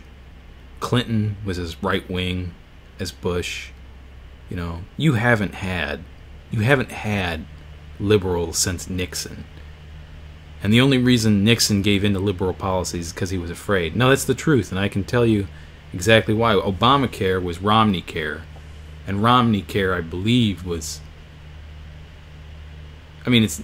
Obama is a globalist Marxist. See, you have to think about it differently. That's not exactly true, okay? I mean, there's some truth to that, but Obama, I believe, really liked control, and he liked being able to control geopolitics. And the TPP, I believe, the TPP was meant to help cripple China.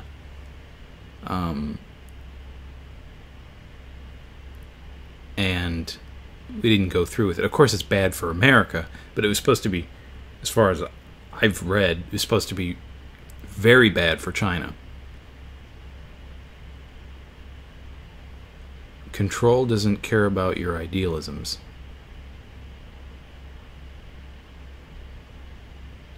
So, Obama liked... he was a bad dude. Obama sought to deconstruct... You know what? I don't think Obama gave a shit. Okay? Obama was doing what was going to make him money, just like Clinton. Alright? You think those guys care? You think they have some ideology? Hell no. You have to get to where you are, then you have to kiss ass here and kiss ass there, and and huddle up here and huddle up there, and you have to play the game. You play the game, and then once you're the lead chief, then it's just about, now I can do favors for people that will secure me in the future, because I've only got 4 to 8 years here. But once I'm out, I don't want to ever have to work again. I don't want to have to do anything. Not that they would if they didn't cozy up to... You have to be a lizard.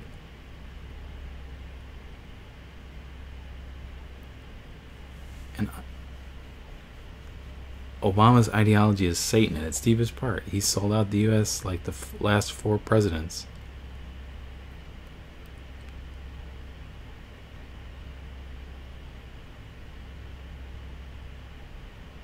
It goes back more than 4. I mean, I certainly think that Reagan cutting the taxes on the wealthy was a terrible idea. You know, the idea that the super rich are anything like you and I are not true. I mean, first off, a lot of very wealthy people get to where they're at by working extremely hard. Okay? So they're very driven.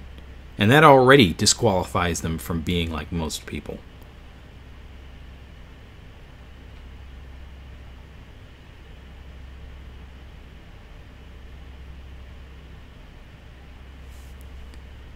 No, Reagan had a lot of things that weren't very good.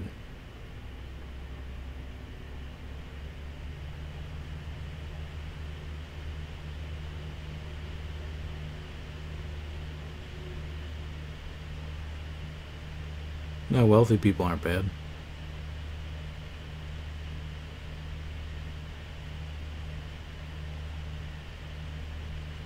Yeah.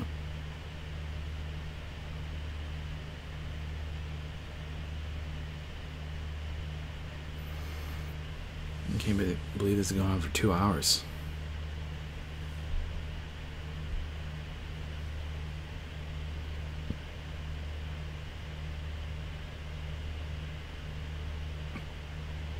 Is it true that people who tend to be assholes become either criminals or politicians? I don't know about that, but if a person's an asshole, then they just stay an asshole. And what may be an asshole to somebody else may not be to other people. Like if you're a disagreeable person, you know, maybe people see that as having assholish tendencies.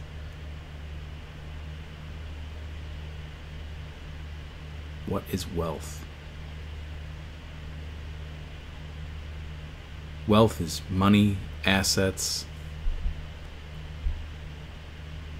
that span over generations.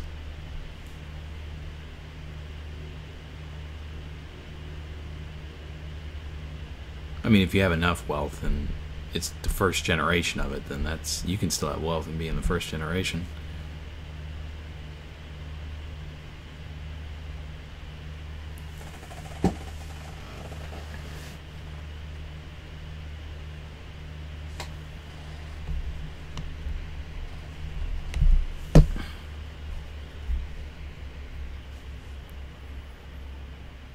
Do you have thoughts on psychedelics?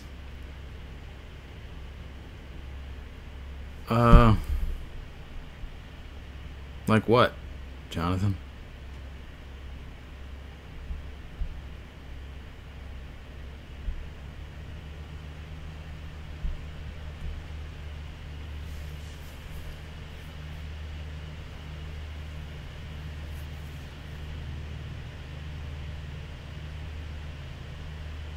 Well, I think cannabis can make cancer cells destroy themselves in mice. I think high doses of I think there's a medical article of a single girl being that when there were low doses of THC and cannabinoids, there was no effect, and actually it exacerbated the cancer cells. But when she started taking extremely high doses, that her cancer cells pretty much wiped out. But I don't know how much further research has been done.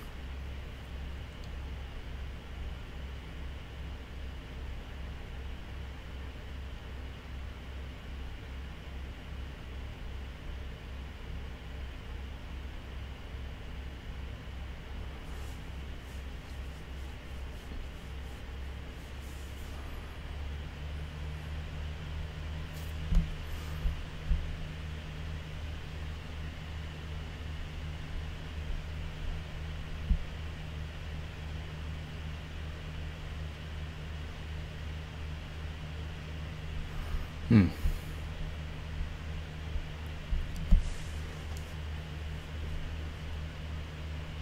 Well,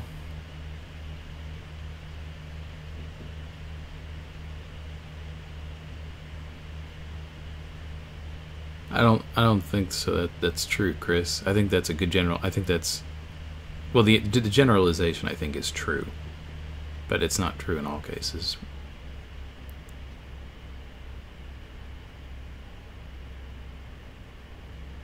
What do you think about the moon landing being a hoax? It's hard for me to imagine it being a hoax. I mean, there were quite a few Apollo missions that were gearing up to be able to go to the moon before they actually went to the moon. So, if people think about the moon landing as being a hoax, or that single moon mission, there were other missions that were vital to be able to get to the moon. I believe, if I'm remembering correctly.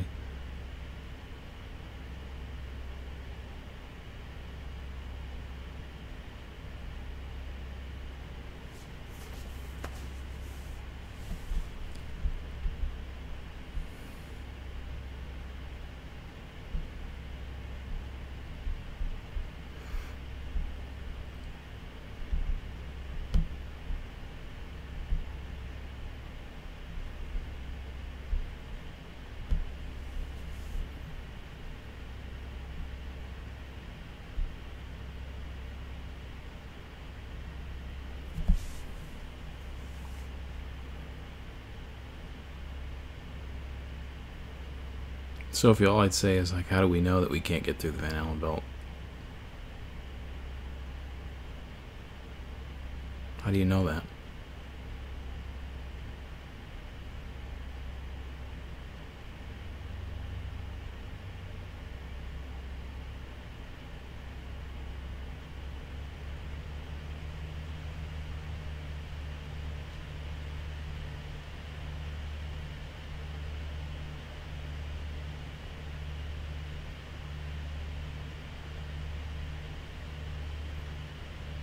Time and pressure. Yeah. Andy Dufresne.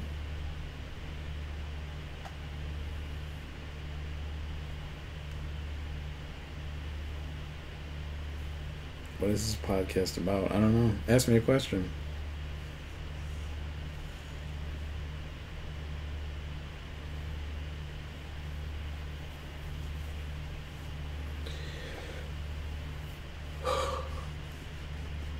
I have, Sophia, probably 10 years ago. Yeah.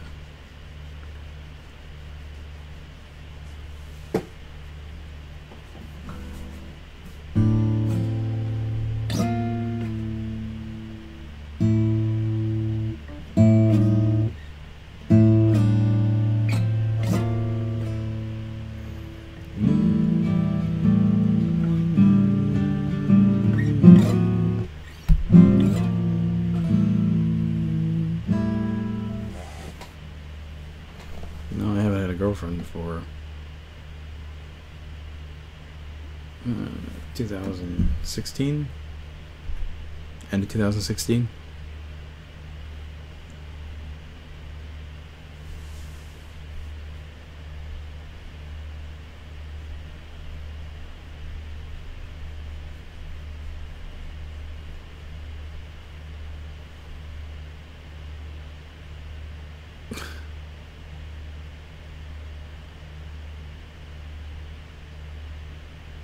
I don't really watch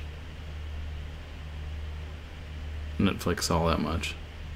I watched Mindhunter. I watched that last show with the, which is kind of old, since 2017, with the Canadian organized mob. I think it was called Blood something. I'm from Chicago. I'm in my 30s.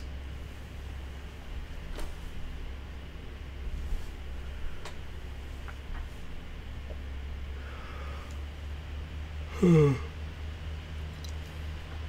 watched a lot of YouTube.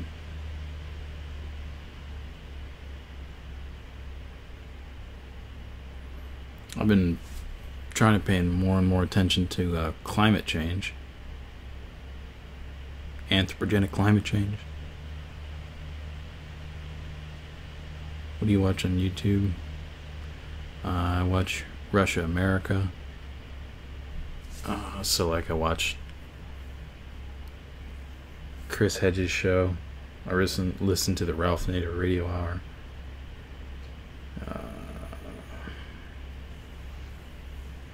A lot of different stuff. See you, Joe. You just graduated boot camp near Chicago? Oh yeah, what branch of the service?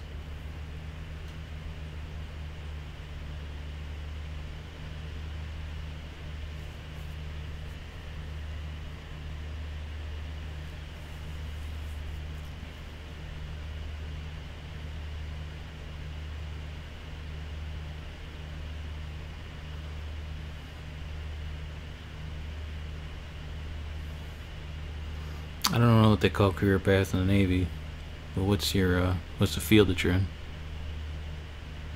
No, it's not, Chris. I'm not there right now. I've moved. It depends on where you're at in Chicago, but no, it's not that bad. If you're unfortunate enough to be in a certain situation at a certain time and place, then yeah, then it can be bad. My father was a union carpenter in Chicago, and he worked on the west side, and he had been in multiple shootouts, basically rival gangs shooting at each other. I said it was the most ridiculous stuff they ever saw. Of course they'd go for cover, but basically a vehicle would roll up and would just start shooting at a house. You know, not really aiming.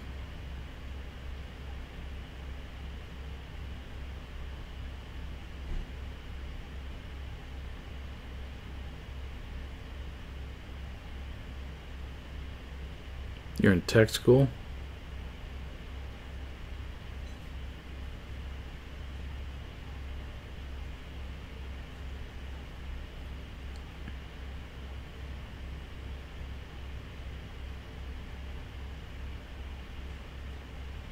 Are you a feminist? Sounds like a loaded question. Do you think Americans are stupider? More stupid, you mean? It's like you asking that question is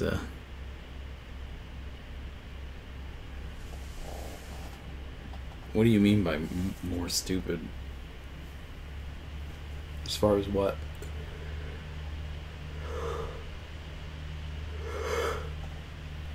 Ooh.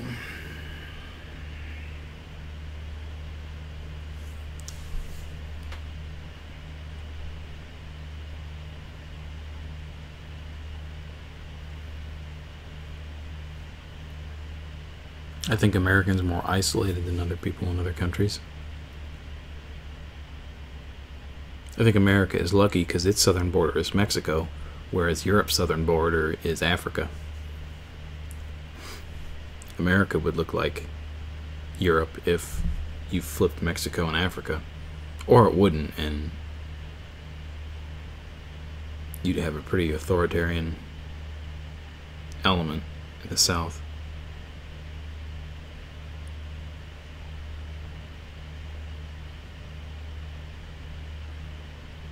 Everywhere has people from all over the world.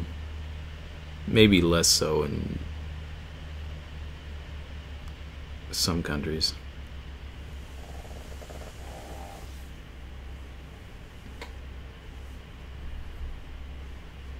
Oh, America certainly has more people who probably migrate to here from other countries. But oh man.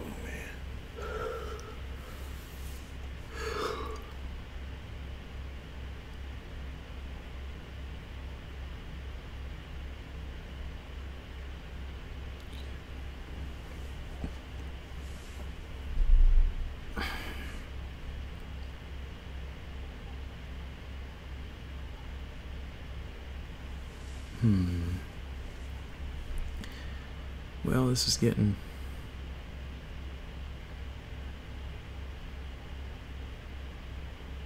It's been 2 hours and 15 minutes now.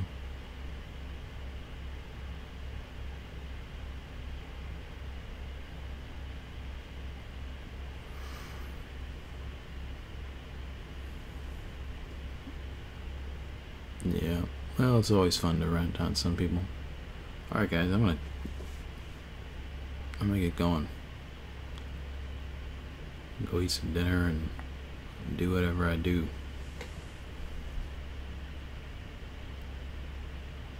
You're welcome. Hopefully I can figure something out at some other point and maybe get remonetized, and we'll see if I can eventually ever make it back on here permanently again. Later, guys.